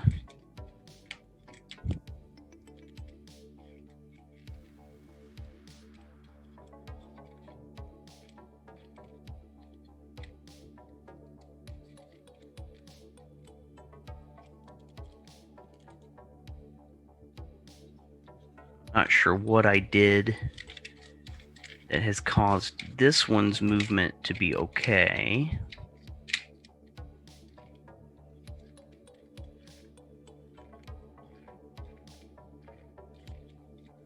I've got good movement on this side. I'm getting no movement on this side.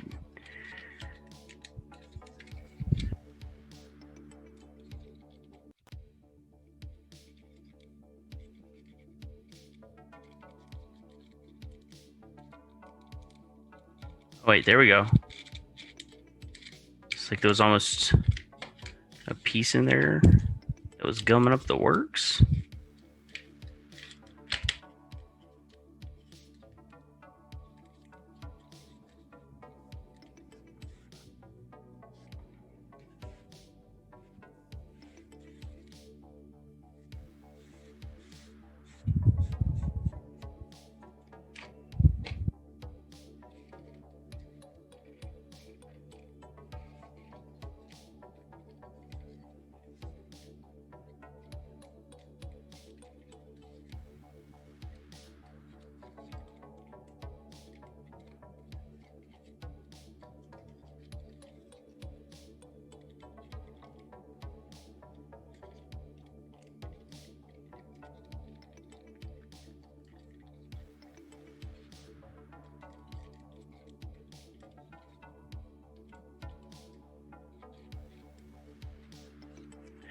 Okay. I think we're getting pretty close to being done here, possibly. All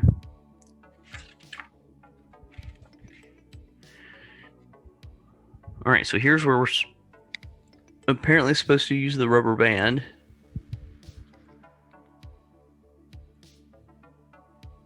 Interesting. We've got these two rubber bands here. And we do have a part of the instructions here that talks about the rubber bands. And that is looking like it is a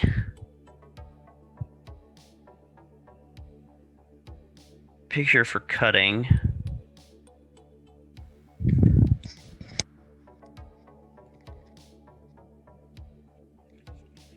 But I'm not 100% sure what it wants me to do with those rubber bands.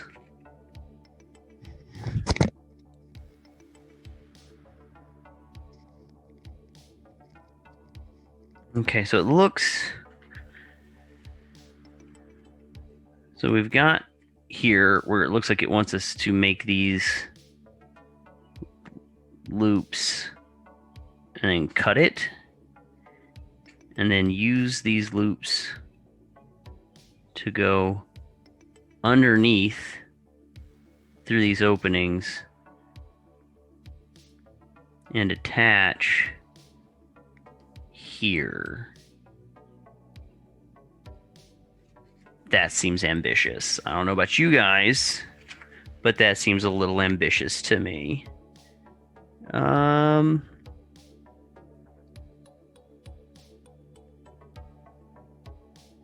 This part is not very well explained, I don't think. I'm going to be totally honest right now.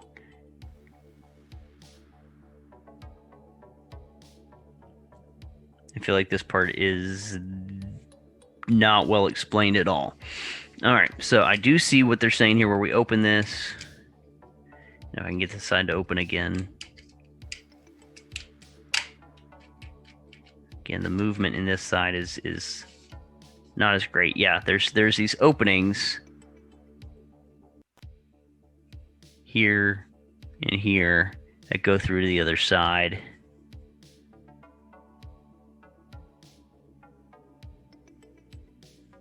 All right. I definitely have a piece here that just broke off, and I don't know where it came from.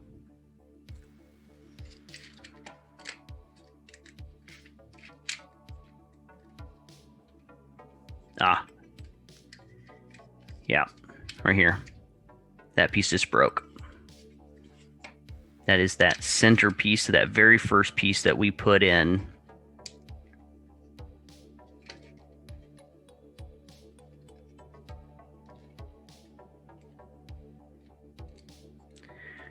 All right. So down here, I just had this piece break off. I'm not sure. I feel like that's a fairly important piece that was holding some of this stuff together. And it's probably what was in there gumming up the works.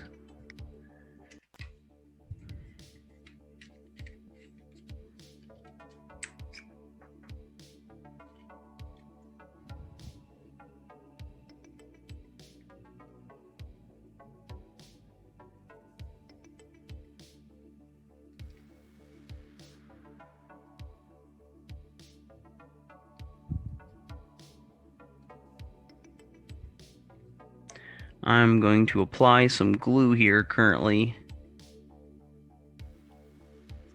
hoping that it will hold that piece to the other.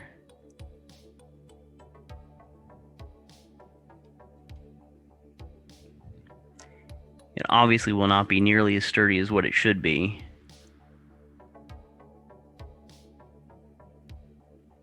But I am hoping that it will do its darndest.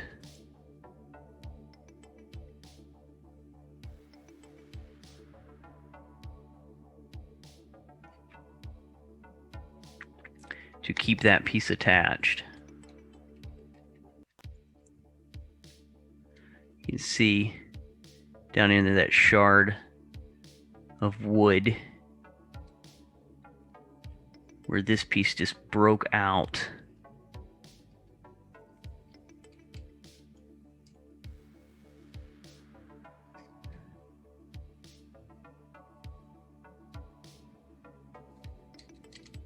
I'm not sure what else I can really do about it. So I'm going to actually just try to leave it out if possible.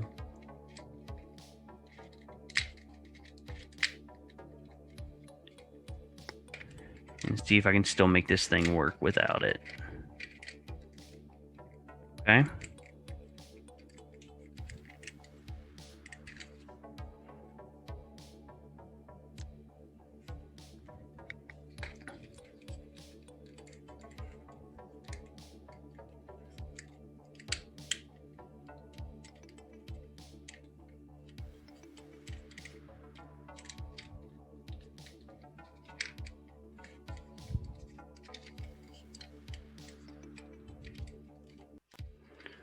Alright. So I wanted that to be open so that I can slide this rubber band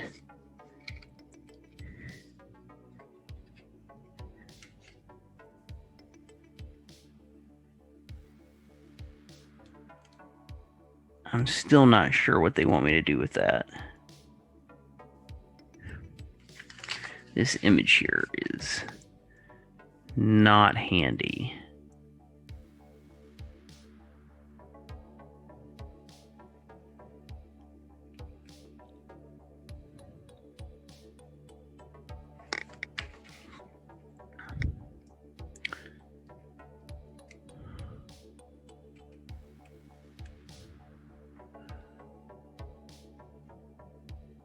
I feel like they expect you to have a little bit of knowledge with making tying knots.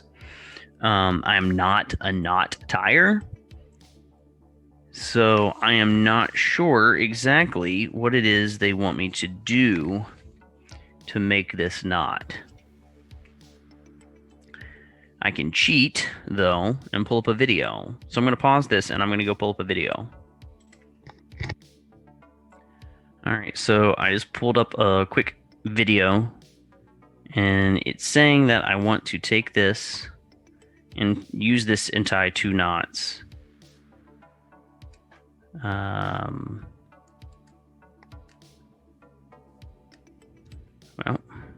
again, not somebody who ties knots very often, so obviously not super skilled at it here. But I guess, so I've got one there. And then I'm going to do the same thing over here. Maybe.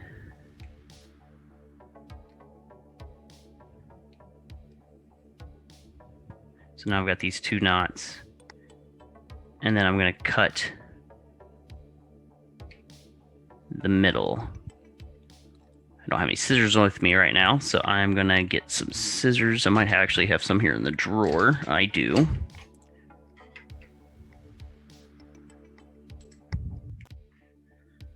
So I've got my scissors. I'm just gonna go ahead and pull this knot tight.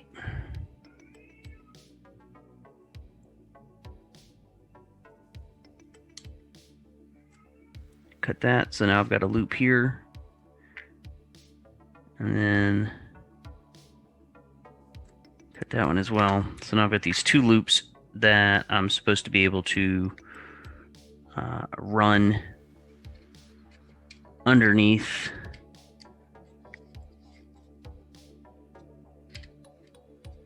here.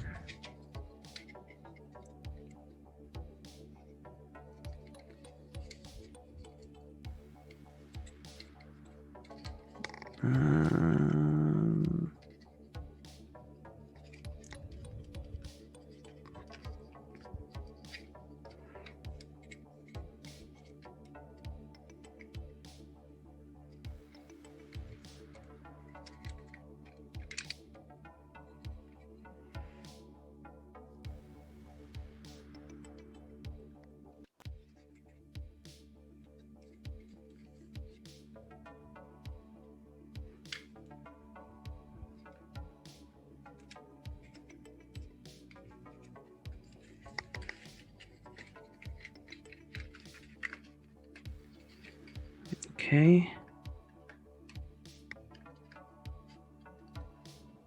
And then it apparently attaches to that groove, and the other side goes to the other groove.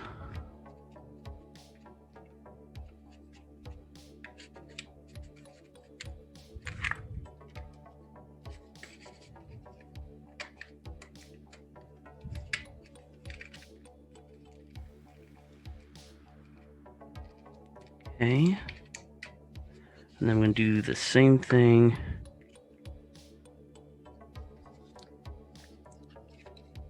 with this one on this side.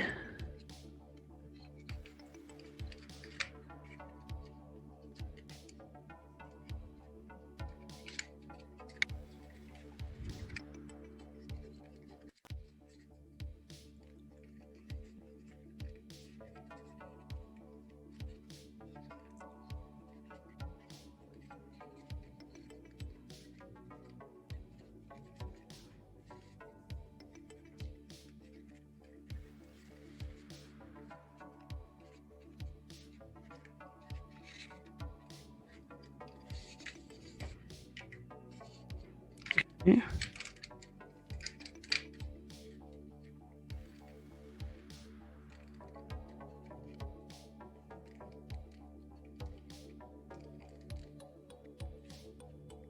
So those rubber bands are helping keep one side tight, I think, while the other one is there.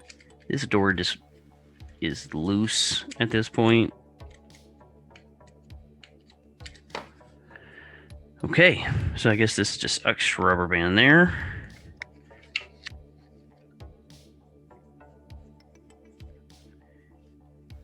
So now we're going to go ahead and we've got a few pieces that are still left here. We've got these 22s, 21 and 20. Okay, so these are, I think, more decorative than anything.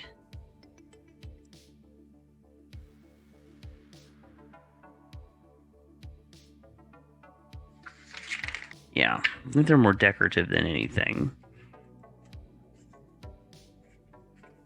So we get 20s. There's 4 of them.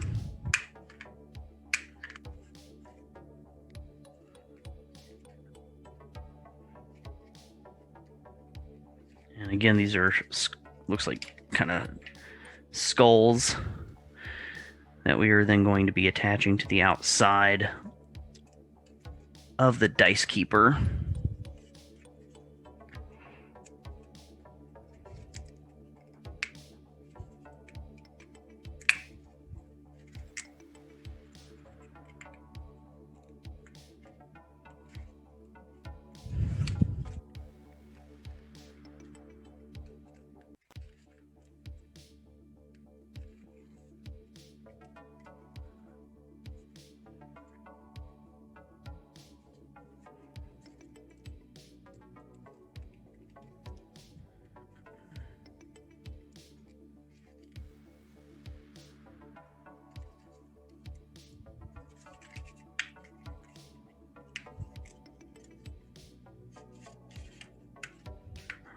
Okay, so we got 2 of those, 4 of those, and then these 22s that we broke loose super early at some point. Go ahead and get those the rest of the way out. Okay. So the 22 looks like goes here in this more nostril-y piece of the skull.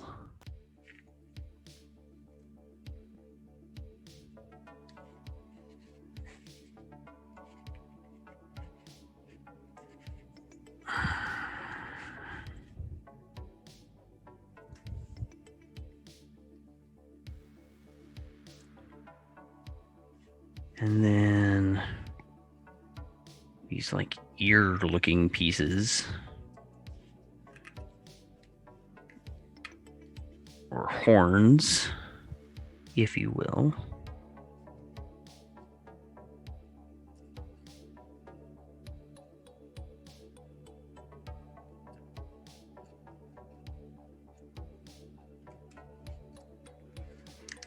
We're gonna slide on like so. And we do the same thing for this one. Get the nose on.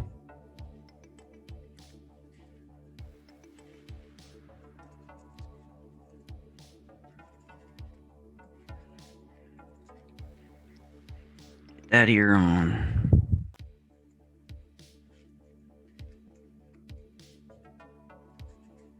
That ear on. Okay.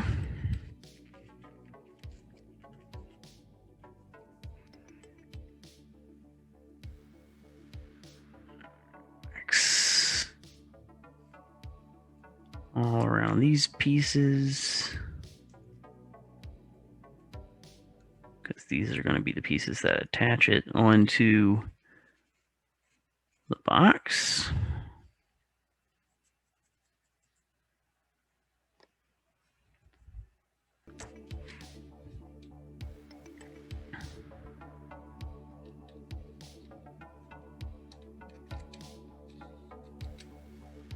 That doesn't seem right.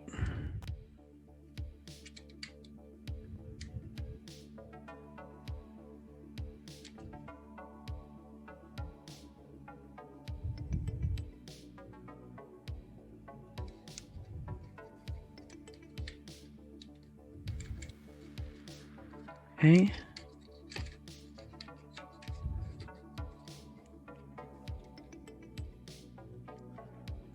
These are going to go here into these 3 spots. It says anyways.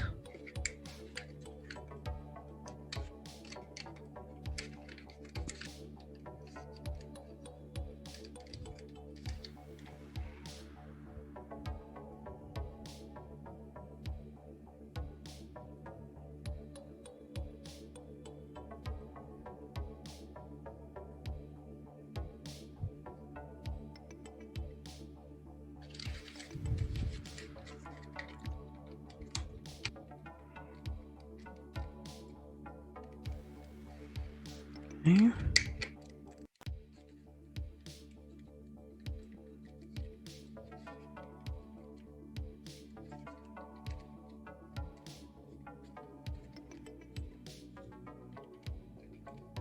Okay, so that's going to kind of help lock it a little bit in place, is what it's doing. Okay.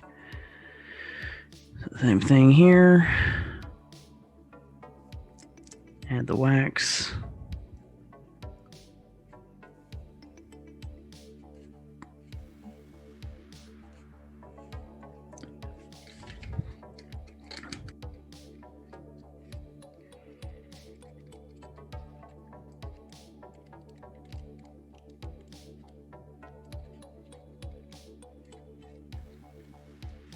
like so. Now the piece, I'm going to show you this, the piece here that I broke is this one here. And it looks like if I were to push it up, it would like lock and unlock is what that piece is supposed to be doing there. So I guess if this piece is pushed up, it's unlocked. If it's pushed down, it's locked. I have it, I think, glued in the unlocked position, period, because of how it broke underneath here. So this is now glued and adhered to this bottom piece, which means it is permanently in an unlocked state, which means that when I pull on the skull, it'll open, which is good. I'd rather it be permanently set in the unlocked position than permanently set in the locked position. But everybody, we did it. We have built this dice holder. I'm going to go grab some dice so I can show you how it holds the dice. All right, so I've got some dice here, and we're going to go ahead and load them up in one side of this dice tray. I'm not sure exactly how many dice I'm going to be able to fit in here. So it looks like 4 maybe. All right, so if I'm playing D&D, interesting.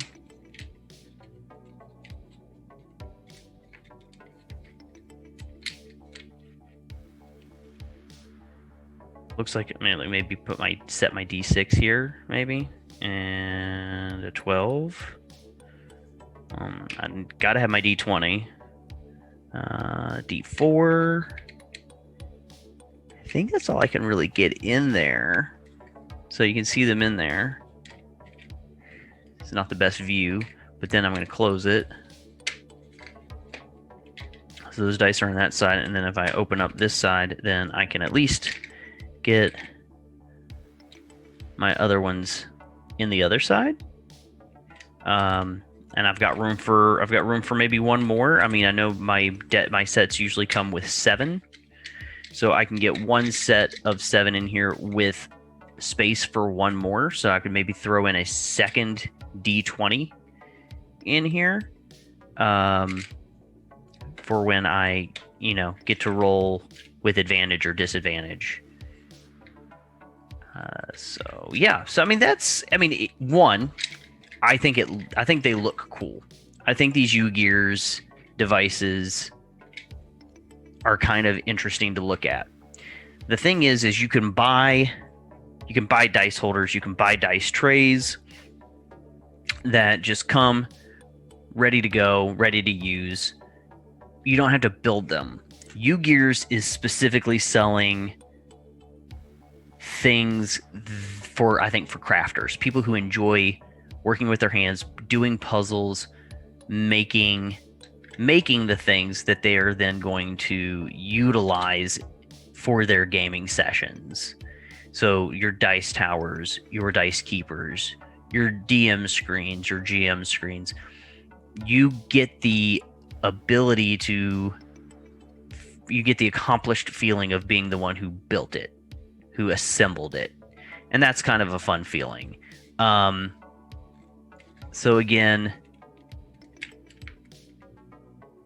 I think it's fun that it's all wood, and then there's just a couple rubber band. Like there's one rubber band that got used. I think the thing that's hardest for me is knowing, I broke. You can see down here the piece that I broke.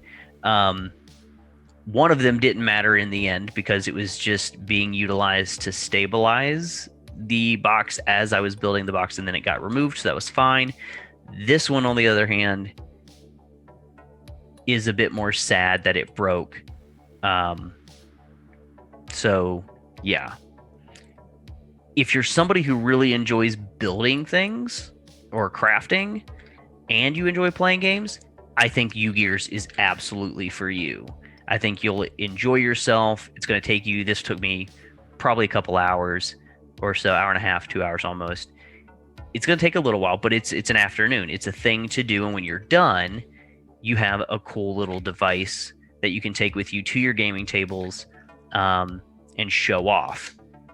I'm going to be careful if I take this with me traveling, though, because I feel like I sling my bag around a lot, and I'd be really worried to break another piece.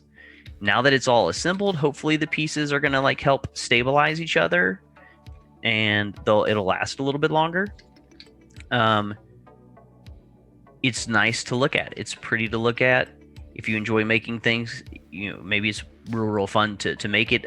For me, it was enjoyable. It's fun making the video so that you guys can see it. But yeah, so that, I mean, I think they're nice to look at, fun for those who like to craft. You get a great little side piece for your game when you're done. So if you enjoy crafting, if you enjoy playing games, I think you should definitely look into UGears and see what you think about it. For me personally, this is probably going to be the one UGears thing that I make. I don't know. It was fun enough. I'm a little sad that I broke a piece. Maybe I'll do better on my next go.